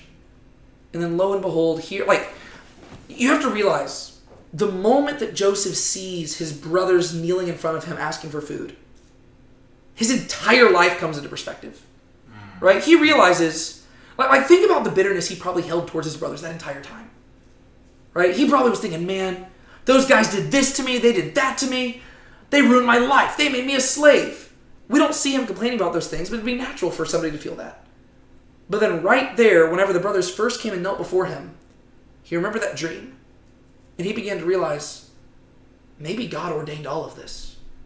And maybe, my brothers did something evil. And we're going to see Joseph acknowledge this entire theology at the very end of the book. But he's beginning to think, maybe there's more to this than meets the eye. Yes, they intended something for evil, but God allowed them to do it to bring about good. And so here, the people who ruined his life are kneeling before him, and he has the power to squash them. Yet he realizes that maybe he's been put there to serve them, which is pretty crazy and also foreshadows Jesus like crazy. Verse 31. He washed his face and came out, and he controlled himself and said, serve the meal. So they served him by himself, and them by themselves, and the Egyptians who ate them by themselves, because the Egyptians could not eat bread with the Hebrews, for that is loathsome to the Egyptians. Now they were seated before him, the firstborn according to his birthright, and the youngest according to his youth, and the men looked at one another in astonishment. So here the brothers are seated at a table, and they're looking down to the left and right, and all 11 of them have been seated in birth order. But they never told anybody their birth order. And keep in mind, these are guys, at this point, they're some of them are in their 40s and stuff like that, right? So it's not like you can just easily, it's one thing if you've got a 3-year-old, a 5-year-old, and a 10-year-old, right? You can tell that difference. No, these are grown men, right? It's hard to tell their order. But Joseph has them lined up perfectly, right? It's just amazing, right? It's so cool to where, they're confused. They're these guys just have no idea what's going on. From their perspective, if you just think about it, this is just wild, right? I mean, they probably think that something weird's going on in Egypt because every time they come here, this is a new experience, right? And so birth order, you got Reuben over here, then Simeon, then Levi, then Judah, all the way down to Benjamin. And they're just looking left and right, what's happened here? But then notice what Joseph does. He took portions to them from his own table, but Benjamin's portion was 5 times as much any of theirs. So they feasted and drank freely with him. So there's 2 things that I think Joseph's doing here. One thing he's doing is he's showing favor to Benjamin, who is his only full brother, right? Rachel only had 2 kids, Joseph and Benjamin. That's one thing Joseph's doing.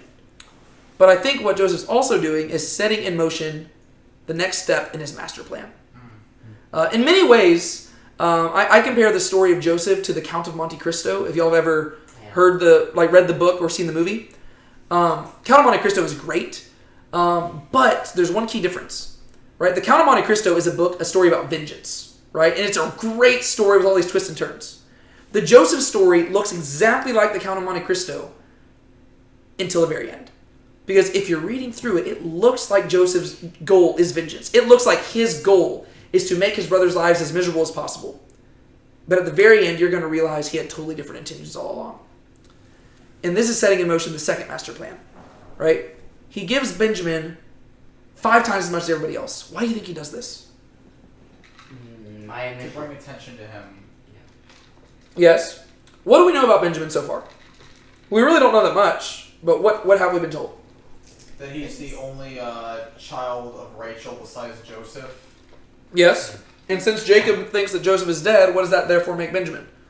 His new favorite. His new favorite, right? Jacob was willing to let all the other brothers go, but he did not want Benjamin to be left alone. Like he didn't want Benjamin to go, right? He told all the other brothers, like, think about this. Poor Simeon, right? Jacob was willing to let Simeon rot in prison for so much longer, right? I mean, like, whenever Simeon was in prison, the brothers were sent to go get Benjamin and go back. But Jacob said, I'm not sending Benjamin away from me. And so they stayed there until they ran out of bread, which means that poor Simeon was stuck in Egypt all that time because of how much Jacob loved Benjamin, right? I mean, that shows you Jacob's priorities, right? He's like, I don't care if my brother's, like your one brother's in prison, I'm not letting Benjamin go. So Jacob has showed that Benjamin in many ways is the new Joseph, which means that the brothers have every reason to dislike Benjamin, right? And Joseph knows how they treated him. And now they go to Egypt, and what does Joseph do? He shows favoritism to Benjamin as well. It's a test. It's a test. Because now, think about the brothers' perspectives. Here, they're sitting here, and they already know that Benjamin is the new favorite kid. And Benjamin didn't even do anything. All he did was be born of the right woman. Now, Benjamin's the new favorite kid, and they go to Egypt, and this dude, who has been giving them so much trouble, also shows favoritism to Benjamin. That gives them more reason to dislike Benjamin. And it's going to get worse. Chapter 44. I also feel like that the reason why he gave Benjamin like 5 times as much is because it kind of, as you said, it kind of sets up the next step in the plan where it's like a test to see if but I think there was another reason. I don't remember. You can continue. Okay, chapter 44. Then he commanded his house steward, saying, fill the men's sacks with food, as much as they can carry, and put each man's money in the mouth of his sack. Put my cup, the silver cup, in the mouth of the sack of the youngest, and his money for the grain. See what he's doing here? He's setting Benjamin up for being the object of his brother's scorn. And it seems like he's doing this out of just being a jerk, but that's not why. Right? What he's doing is he's wanting to see if the brothers have changed. And he did as Joseph said and told him. As soon as it was light, the men were sent away, they with their donkeys.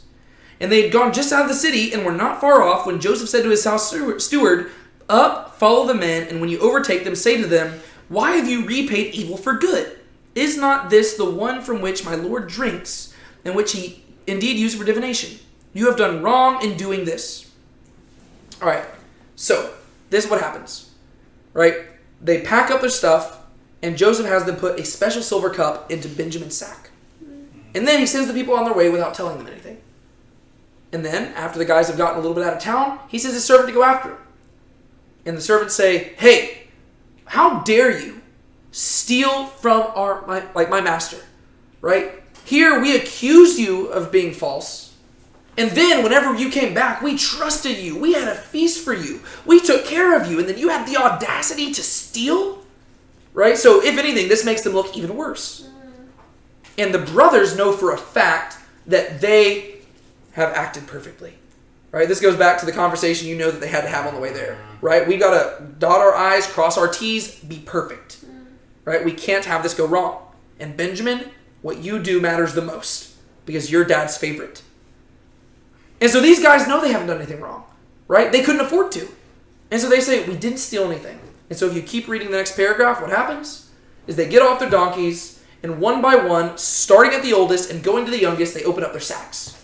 Reuben, whoosh, nothing in there. Simeon, whoosh, nothing in there. Levi, whoosh, nothing in there. Judah, whoosh, nothing in there. And it goes on and on and on, and 10 brothers open their sacks and there's nothing there.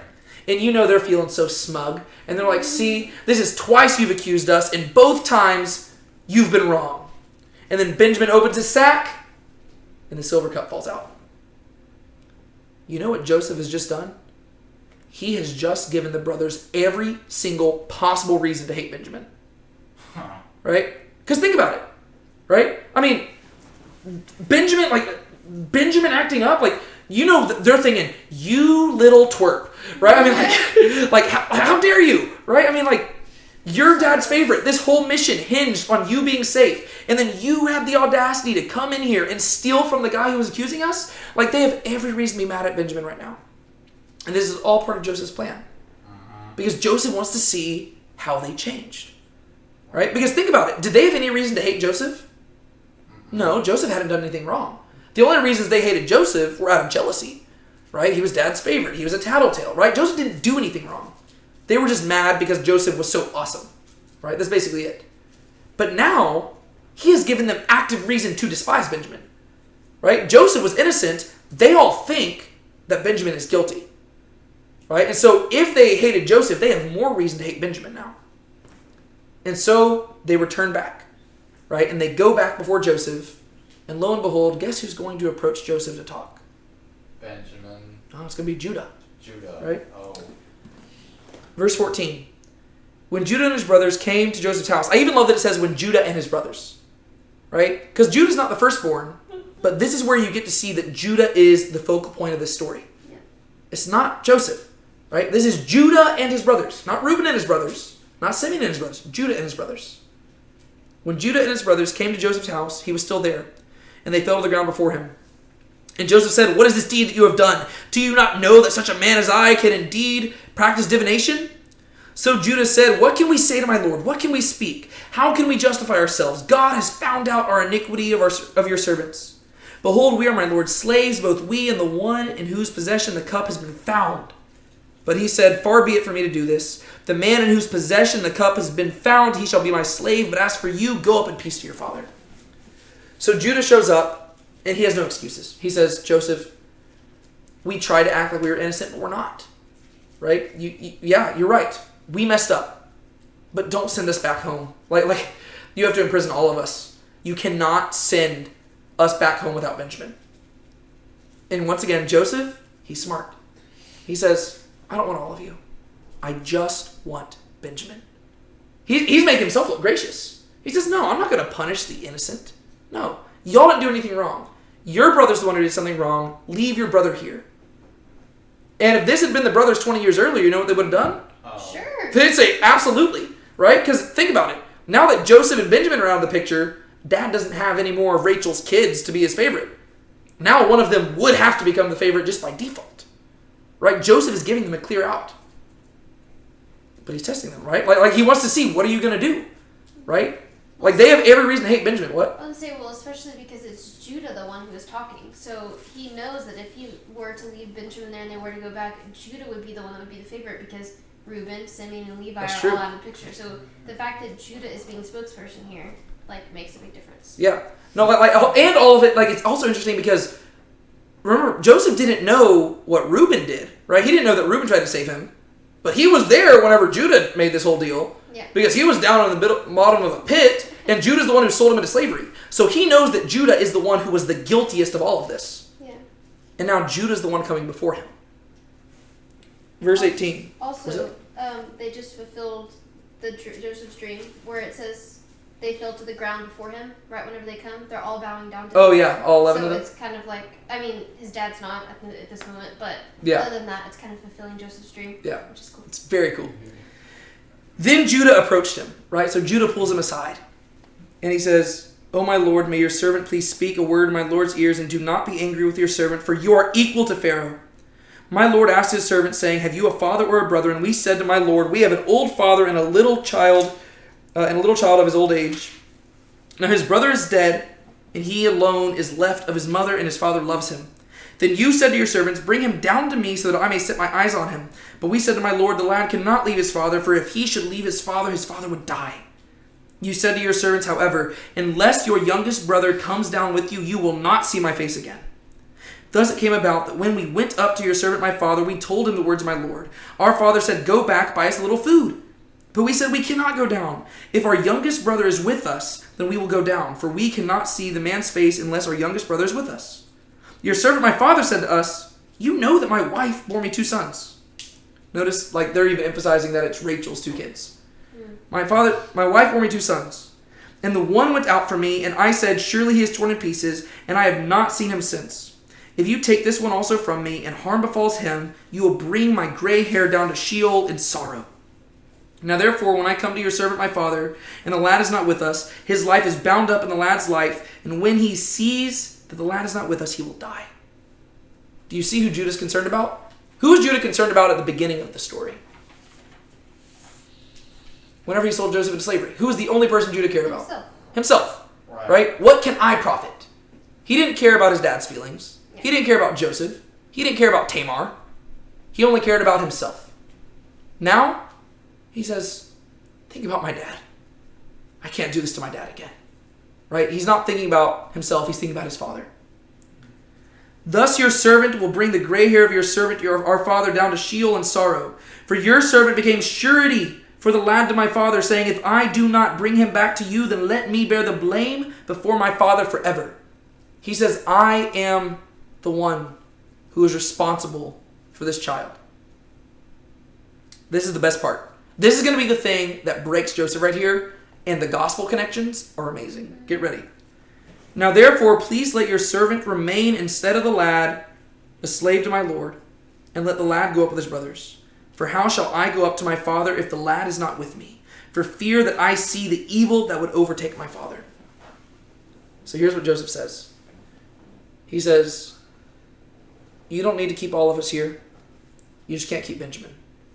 He says, instead, take me. And once again, view it. You have to view it from the character's perspective to understand what's happening.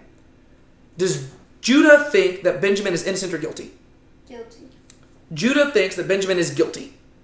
Does Judah think that he is innocent or guilty in this particular instance? Innocent. Innocent, right? And Judah is innocent. Technically, both are innocent, but Judah doesn't know that.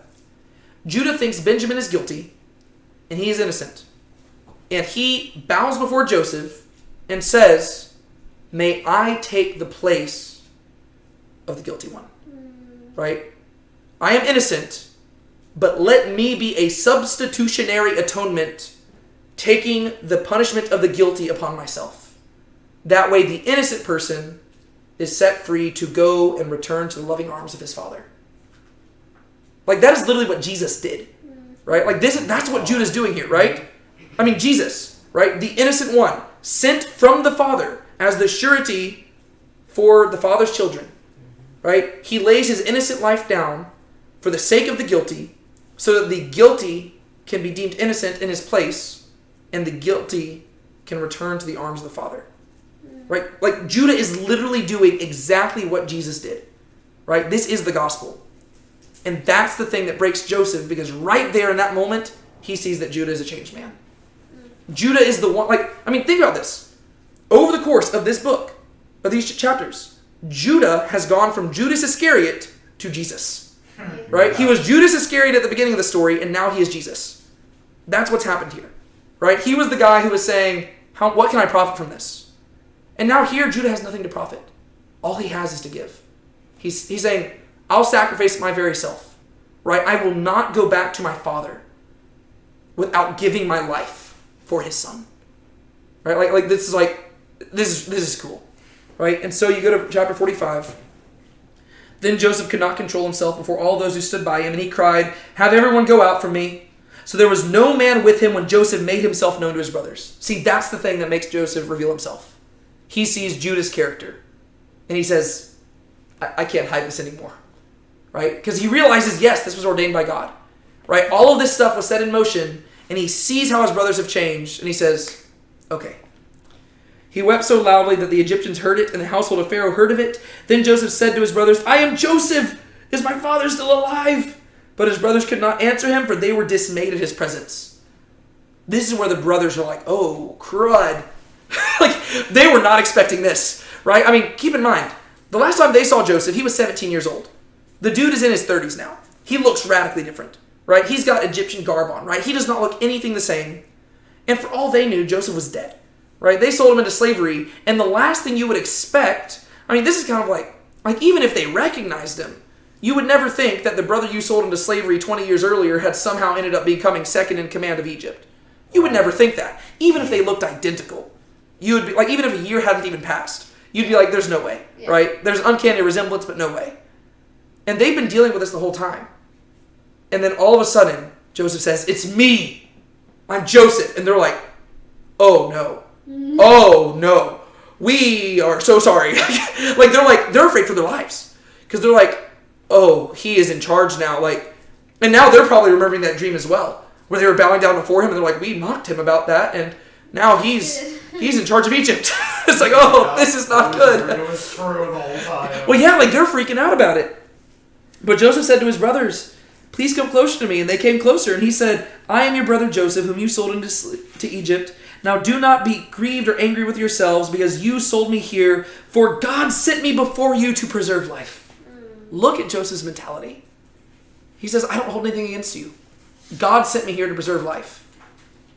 I wonder if we would be satisfied with a life like that, right?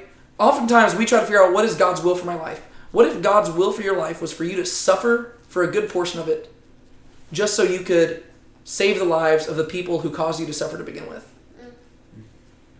That's crazy, right? Imagine a Jew going through the whole Holocaust, only to come out of it to save a Nazi's life. Right? That's kind of the equivalent here, right? Joseph went through years and years of suffering, and now he realizes, I went through all that to save the lives of the very people who made me suffer. And he's not bitter.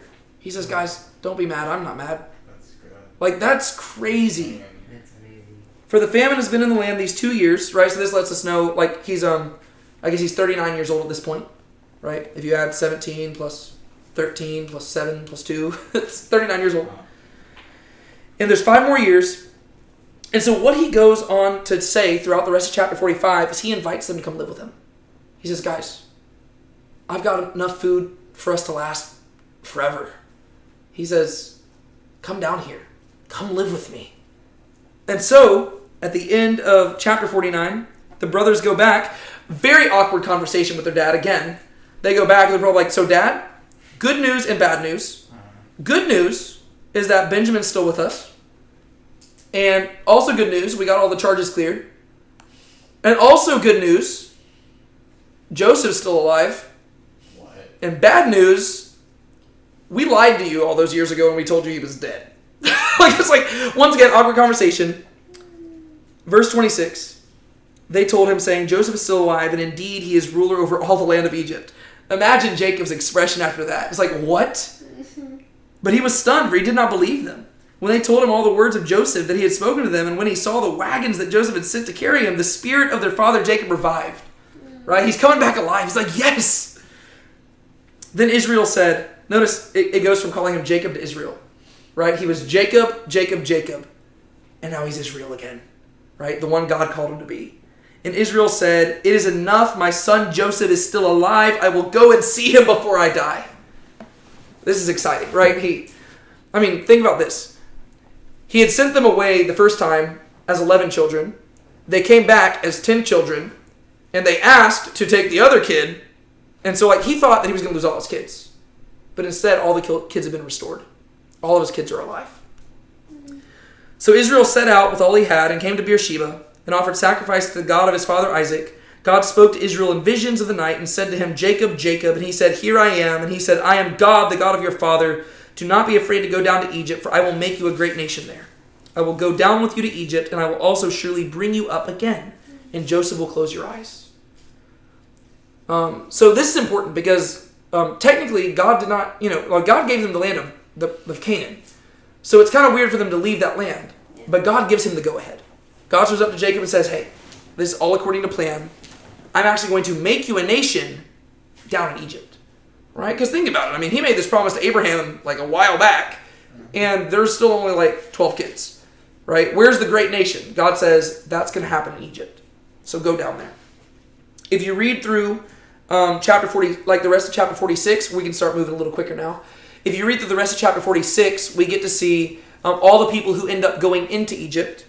And then in chapter 47, we get to see Israel and his family settling in the land known as Goshen. Right? That's just a portion of land that Joseph talks to Pharaoh about and says, hey, my family's coming here. Is it cool with you if I give them some land? And Pharaoh says, absolutely. And Joseph says, my family are shepherds. And Pharaoh says, that's even better because Egyptians don't even like shepherds and they don't like doing that job. So let's give them that land and they can be shepherds there and it's a win-win situation. Right? So that happens in chapter 47. And then at the end of chapter 47, we get to see just more of what happened during the famine and how Joseph was just honestly super duper awesome. Right? And so we can go rapid fire through a lot of this because what I want to do in these final few minutes is I actually want to focus on the prophecies we get at the very end of the book. In chapter 48, what we see here is that what Jacob is going to do, and this is going to be in chapters 48 and 49, is he's going to do something a little bit different. And in order to understand it, I'm going to go to this slide right here. If you're just tracing the trend that we've seen in Genesis here, we've seen that God does things very differently, right? We got this whole birthright and blessing thing, and normally the birthright and blessing would go to the eldest son, right? Like just like in a worldly perspective, but that never happens really in Scripture, like in Genesis at least, right? Adam's first son is Cain, but Seth is the one through whom the chosen seed is going to come. Yes. Birthright and blessing. Abraham, his firstborn is Ishmael through Hagar, but the birthright and blessing go through Isaac. Isaac, his firstborn is Esau, but the birthright and blessing go through Jacob. Jacob, his firstborn is Reuben, and the birthright and blessing are seemingly split, which is very interesting. The birthright, the primary physical inheritance, is actually going to go to Joseph. And we're going to see that really in chapter 48. Whereas the blessing itself, as we're going to see in chapter 49, goes through Jacob. Through Judah. Right? So the trend is that God doesn't value things as man does, and he likes working things out in a way that is intentionally countercultural. Right? And this is just going to happen constantly. Right? Whenever God appoints David as the king, David is not the firstborn of Jesse. Right? Solomon is not the firstborn of David. Right? God is going to intentionally do things different. Right? Jesus, he's born in Bethlehem, but he does not grow up in Bethlehem. He grows up in Nazareth. Right? He's born in a stable. Right? Like God intentionally tries to do things to shake things up so that you can't simply just do things in a worldly way and expect to line up with God's intended trajectory. But let's talk about that, right? The birthright and blessing, they kind of split here a little bit. And like I mentioned, with Jacob, it's going to be a little bit different because technically all of his sons are going to become tribes and they're all going to receive an inheritance. The reason I say that the birthright goes to Joseph is because when you go to chapter 48, Jacob basically adopts Joseph's two sons as his own sons. Do you remember what the names of the sons are? Manasseh and Ephraim. Manasseh and Ephraim. Right? Jacob is going to be dying. Right? And as he's getting older, he's going to call Joseph in and say, hey, because of all the suffering that you've gone through, you are going to receive a double portion from me. So whenever you look at the 12 tribes of Israel, there's not actually a tribe of Joseph. Instead, there's two tribes of Joseph. There's a tribe of Manasseh and a tribe of Ephraim. So you do the math, there's actually 13 tribes, right? But the tribe of Levi is actually going to become the priestly tribe, and so they're going to be scattered throughout the land, and so they don't really count as one of the 12, if that makes sense, right? And so this is what happens whenever we go to chapter 48, verse 8. When Israel saw Joseph's sons, he said, who are these? Joseph said to his father, these are my sons whom God has given me here. So he said, bring them to me, please, that I may bless them. Now the eyes of Israel were so dim from age that he could not see. This seems to be an ongoing thing, right? Back then, they didn't have LASIK surgery. They couldn't just fix their eyes. Whenever you get old, your eyes go dim. Then Joseph brought them close to him, and he kissed them and embraced them. Israel said to Joseph, I never expected to see your face, and behold, God has let me see your children as well. Then Joseph took them from his knees and bowed with his face to the ground. Joseph took them both, Ephraim with his right hand toward Israel's left, and Manasseh with his left hand toward Israel's right, and brought them close to him. Right? So Manasseh is the older son, Ephraim is the younger son. And so Joseph intentionally places them so that the older son is on Jacob's right, and the younger son is on Jacob's left. And if you just know, typically what hand do people write with? You're Right right. hand. Right hand, right? So typically the right hand is considered the most dominant. And so whenever Jacob reaches out to bless them, Joseph is expecting, Jacob to bless the older son over the younger, right? To put his right hand on the older son, the left hand on the younger son, right? So that the older son receives the greater blessing. But notice what happens. Verse 14. But Israel stretched out his right hand and laid it on the head of Ephraim, who was the younger, and his left hand on Manasseh's head, crossing his hands. It's like, what? What's happening here? Very interesting, right? So Jacob reaches out and crosses his arms. And then he begins to bless Joseph, and he says, this whole thing, the God before whom my fathers Abraham and Isaac walked, the God who has been my shepherd all my life to this day, the angel who redeemed me from all evil, bless the lads, and may my name live on in them, and the names of my fathers Abraham and Isaac, and may they grow into a multitude in the midst of the earth. So he pronounces this blessing. And Joseph is actually angry about this, and he's like, Dad, I don't know if you're just too blind to see this, but why'd you cross your arms? You put your hand on the wrong son, you put your right hand on the wrong son. And Jacob, all their names start with J. Jacob responds and says, I know, my son, I know. He also will become a people, and he also will be great. However, his younger brother shall be greater than he, and his seed shall become a multitude of nations. So he's predicting that Ephraim, the younger son, will be greater than Manasseh. And sure enough, if you think about this, right? So Ephraim is the chosen one of Joseph, right? And then Judah is going to be the one that receives the blessing, as we're going to see.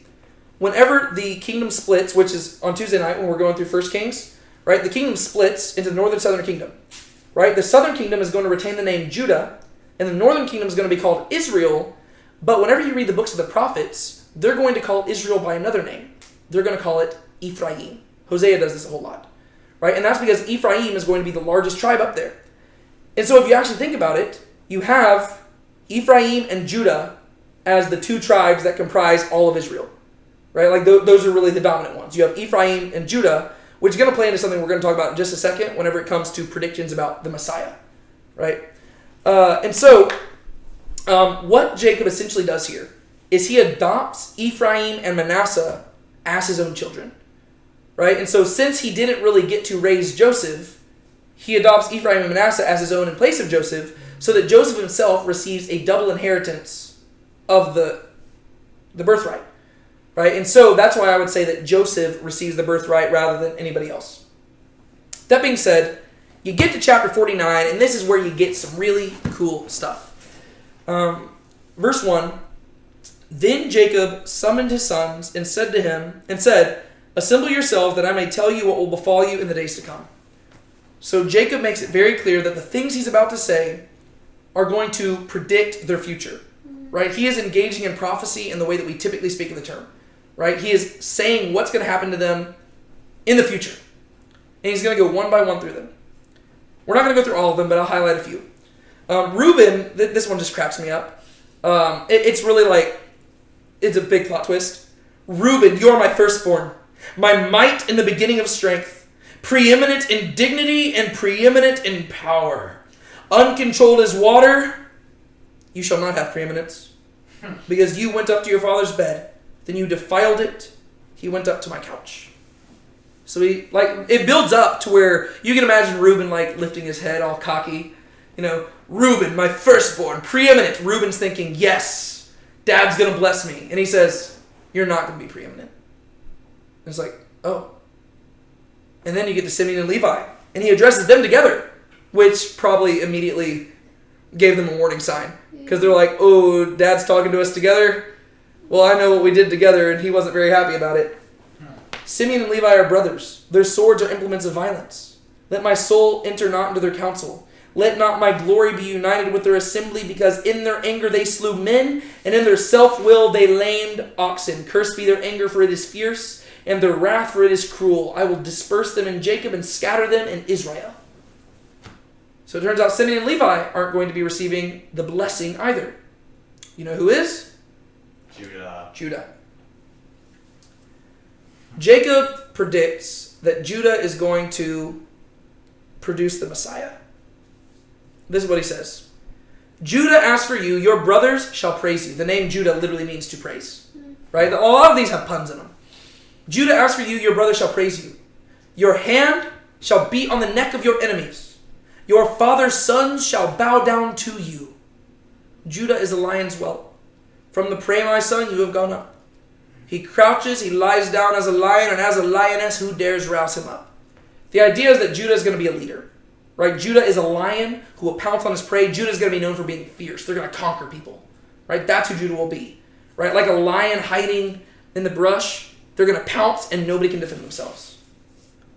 The scepter shall not depart from Judah, nor the ruler's staff from between his feet, until Shiloh comes, and to him shall be the obedience of the peoples. That part you need to break down. The scepter shall not depart from Judah, nor the ruler's staff between his feet. Those are communicating the same thing. Right? Scepter and ruler's staff, what is that language of? Being a king. Being a king. Right? It's saying that Judah as a tribe is going to be the leader of all the tribes. Right? Like whenever you get to the book of Judges, the people are going to say, who should go before us into the land? And God will say, Judah shall lead you. Right? Judah's going to be the leading tribe. Right? They're going to be the ones who always take the initiative. And it says, the scepter shall not depart from Judah, nor the ruler's staff from between his feet, until Shiloh comes.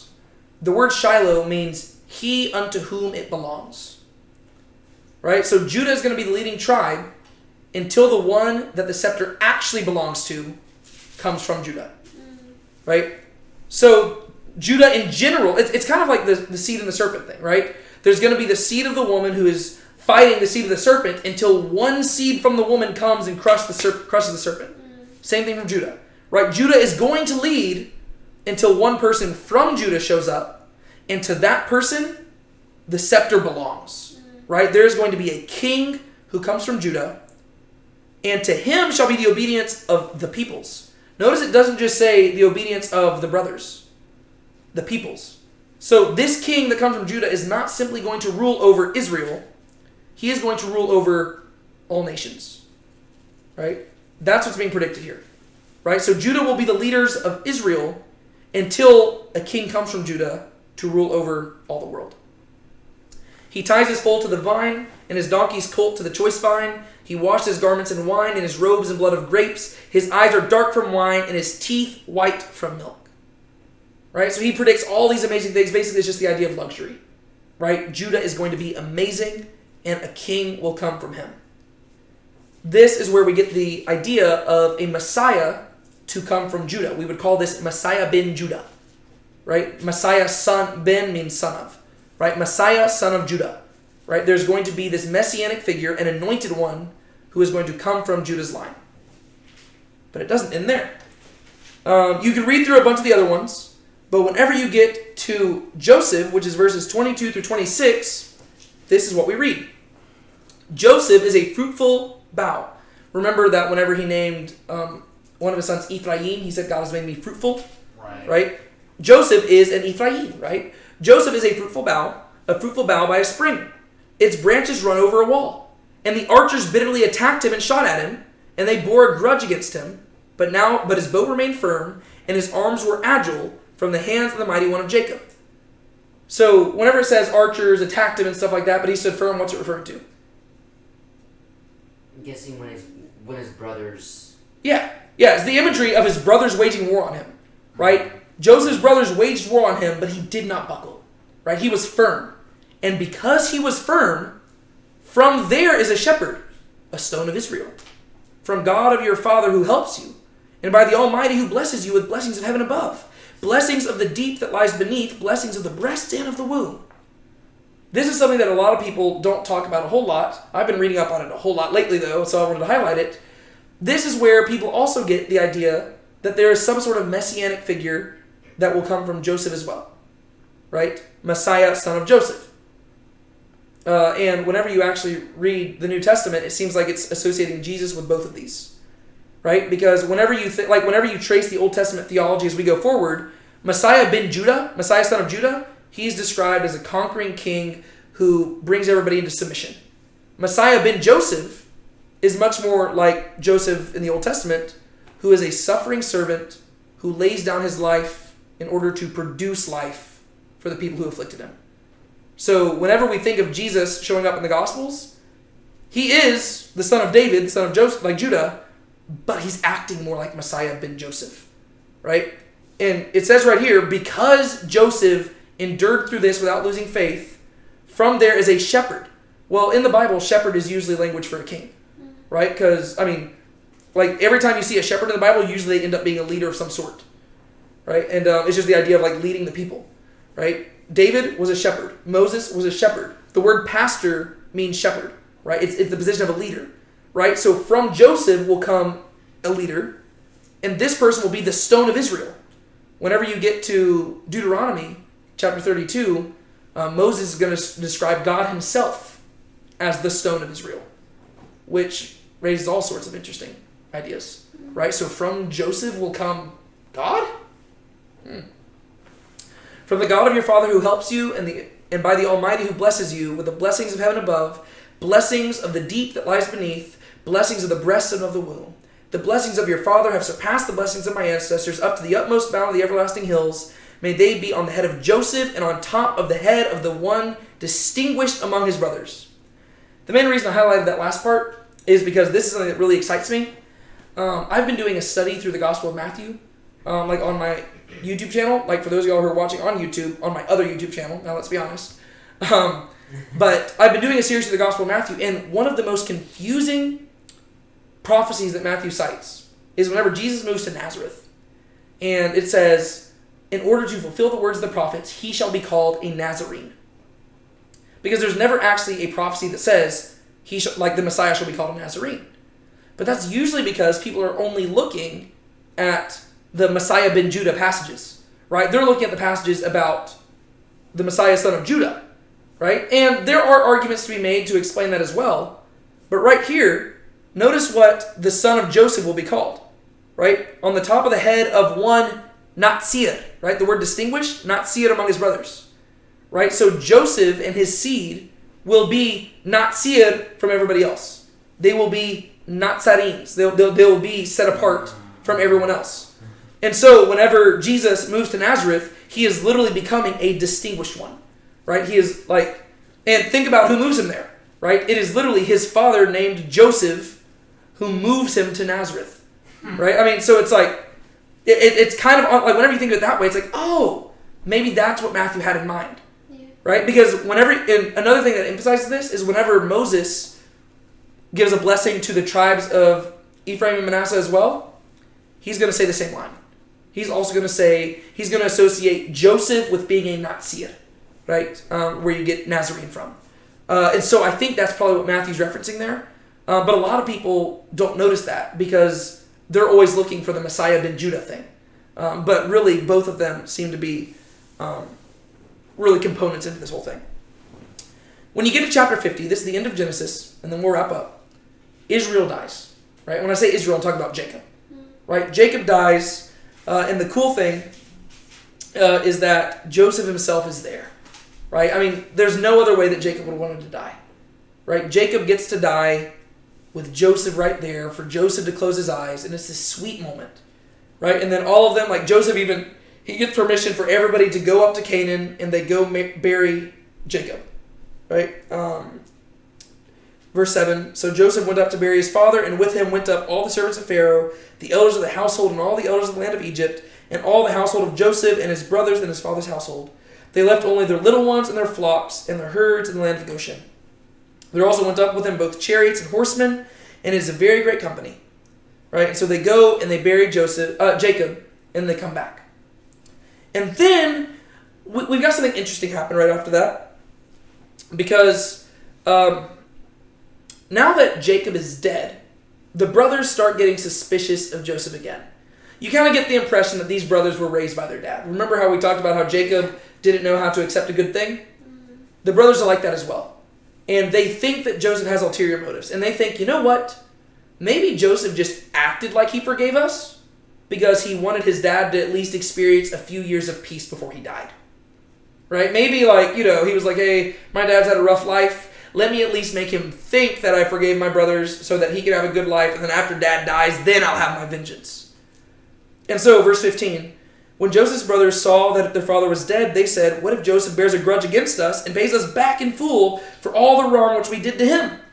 So they sent a message to Joseph, saying, "Your father charged before he died, saying, 'Thus you shall say to Joseph, Please forgive, I beg you, the transgression of your brothers and their sin, for they did you wrong.'" So they make up this whole thing. They say, let's just lie to Joseph and tell him that, like, Dad said he needs to forgive us. But notice how Joseph responds. Verse 19. This is one of the coolest ways to end the Bible, like Genesis. "But Joseph said to them, 'Do not be afraid, for am I in God's place? As for you, you meant evil against me, but God meant it for good, in order to bring about this present result, to preserve many people alive. So therefore, don't be afraid. I'll provide for you and your little ones.' So he comforted them and spoke kindly to them." Joseph says, "Guys, I was serious. What you meant for evil, God meant for good." That line right there, if you just reflect on that, there is so much theology behind that. Like, whenever you think about all the evil in the world, you can quote this, and even if you don't know the answer, it's still true. What the enemy means for evil, God means for good. All the evil we see going on in the world, God will in some way work it out for good, even if we don't understand how. Joseph spent 20 years of his life not understanding what the heck was going on. And honestly, to an extent, he still didn't understand the full extent of what was happening. Right? Did he know that the Messiah was going to come from Judah? Did he know that salvation was going to come from the very person who sold him into slavery? Probably not. But he knew enough to say God was behind this. There's a lot of reflection that we could have on that. And then notice the final words of Genesis. "Now Joseph stayed in Egypt, he and his father's household, and Joseph lived 110 years. Joseph saw the third generation of Ephraim's sons. Also the sons of Machir, the son of Manasseh, were born on Joseph's knees. Joseph said to his brothers, 'I'm about to die, but God will surely take care of you and bring you up from this land to the land which he promised on oath to Abraham, to Isaac, and to Jacob.' Then Joseph made the sons of Israel swear, saying, 'God will surely take care of you, and you shall carry my bones up from here.' So Joseph died at the age of 110 years old, and he was embalmed and placed in a coffin in Egypt." Joseph lived by faith, and he dies by faith. Wow. That's cool. Like, notice what he does. With Jacob died, and they went and buried him in Canaan. Joseph could have asked the same thing. But he said, "I don't want you to bury me in Canaan. I want you to keep my coffin in Egypt, and you can bury me in Canaan when God takes us out of here." So Joseph knew that God would one day come and deliver the people from bondage. And in that day, they were going to take Joseph's coffin and bury it in Canaan. And he was willing to, and you have to realize how important burial was back then. Right? Burial is not a thing to take lightly. Right? I mean, like, you want to be buried with your family. And he says, "Don't bury me in Canaan yet. Whenever God faithfully comes and delivers us out of Egypt, then you can bury me in Canaan." So he literally dies by placing his faith in God's promises. And he says, yes, God, through me, God brought you to Egypt, but I was not the end of the story. Right? God is going to bring us out of Egypt. Yeah. And if you think about the original audience of the book of Genesis, it was Moses' audience. Right? These are people who were traveling through the wilderness with Joseph's coffin.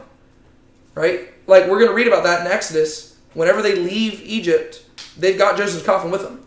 And so they're traveling through the wilderness with Joseph's coffin. And that's where, it's a very cool story. It's a good way to end Genesis to the original audience, because it brings them back to the present story. And it perfectly sets up what we're going to start next week when we talk about the book of Exodus. Sound good? Yep. All right.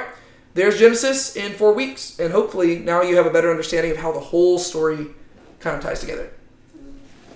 Lord, thank you so much for allowing us to be here today. We praise you for your word, and we thank you for giving it to us. I pray that as we looked at the life of Joseph and the story of Judah today, we'll understand really both aspects of faith, God. Both the call to endure in our faith, like Joseph, and also the power of transformation in our faith, and just the role that redemption plays there. And the fact that we can start off as just total scumbags, but you can turn us into, you can turn Judases into Jesus, if only we would give you the opportunity. Thank you for that, God. Thank you for not being done with us. We love you. We praise you. In your name we pray. Amen. Amen.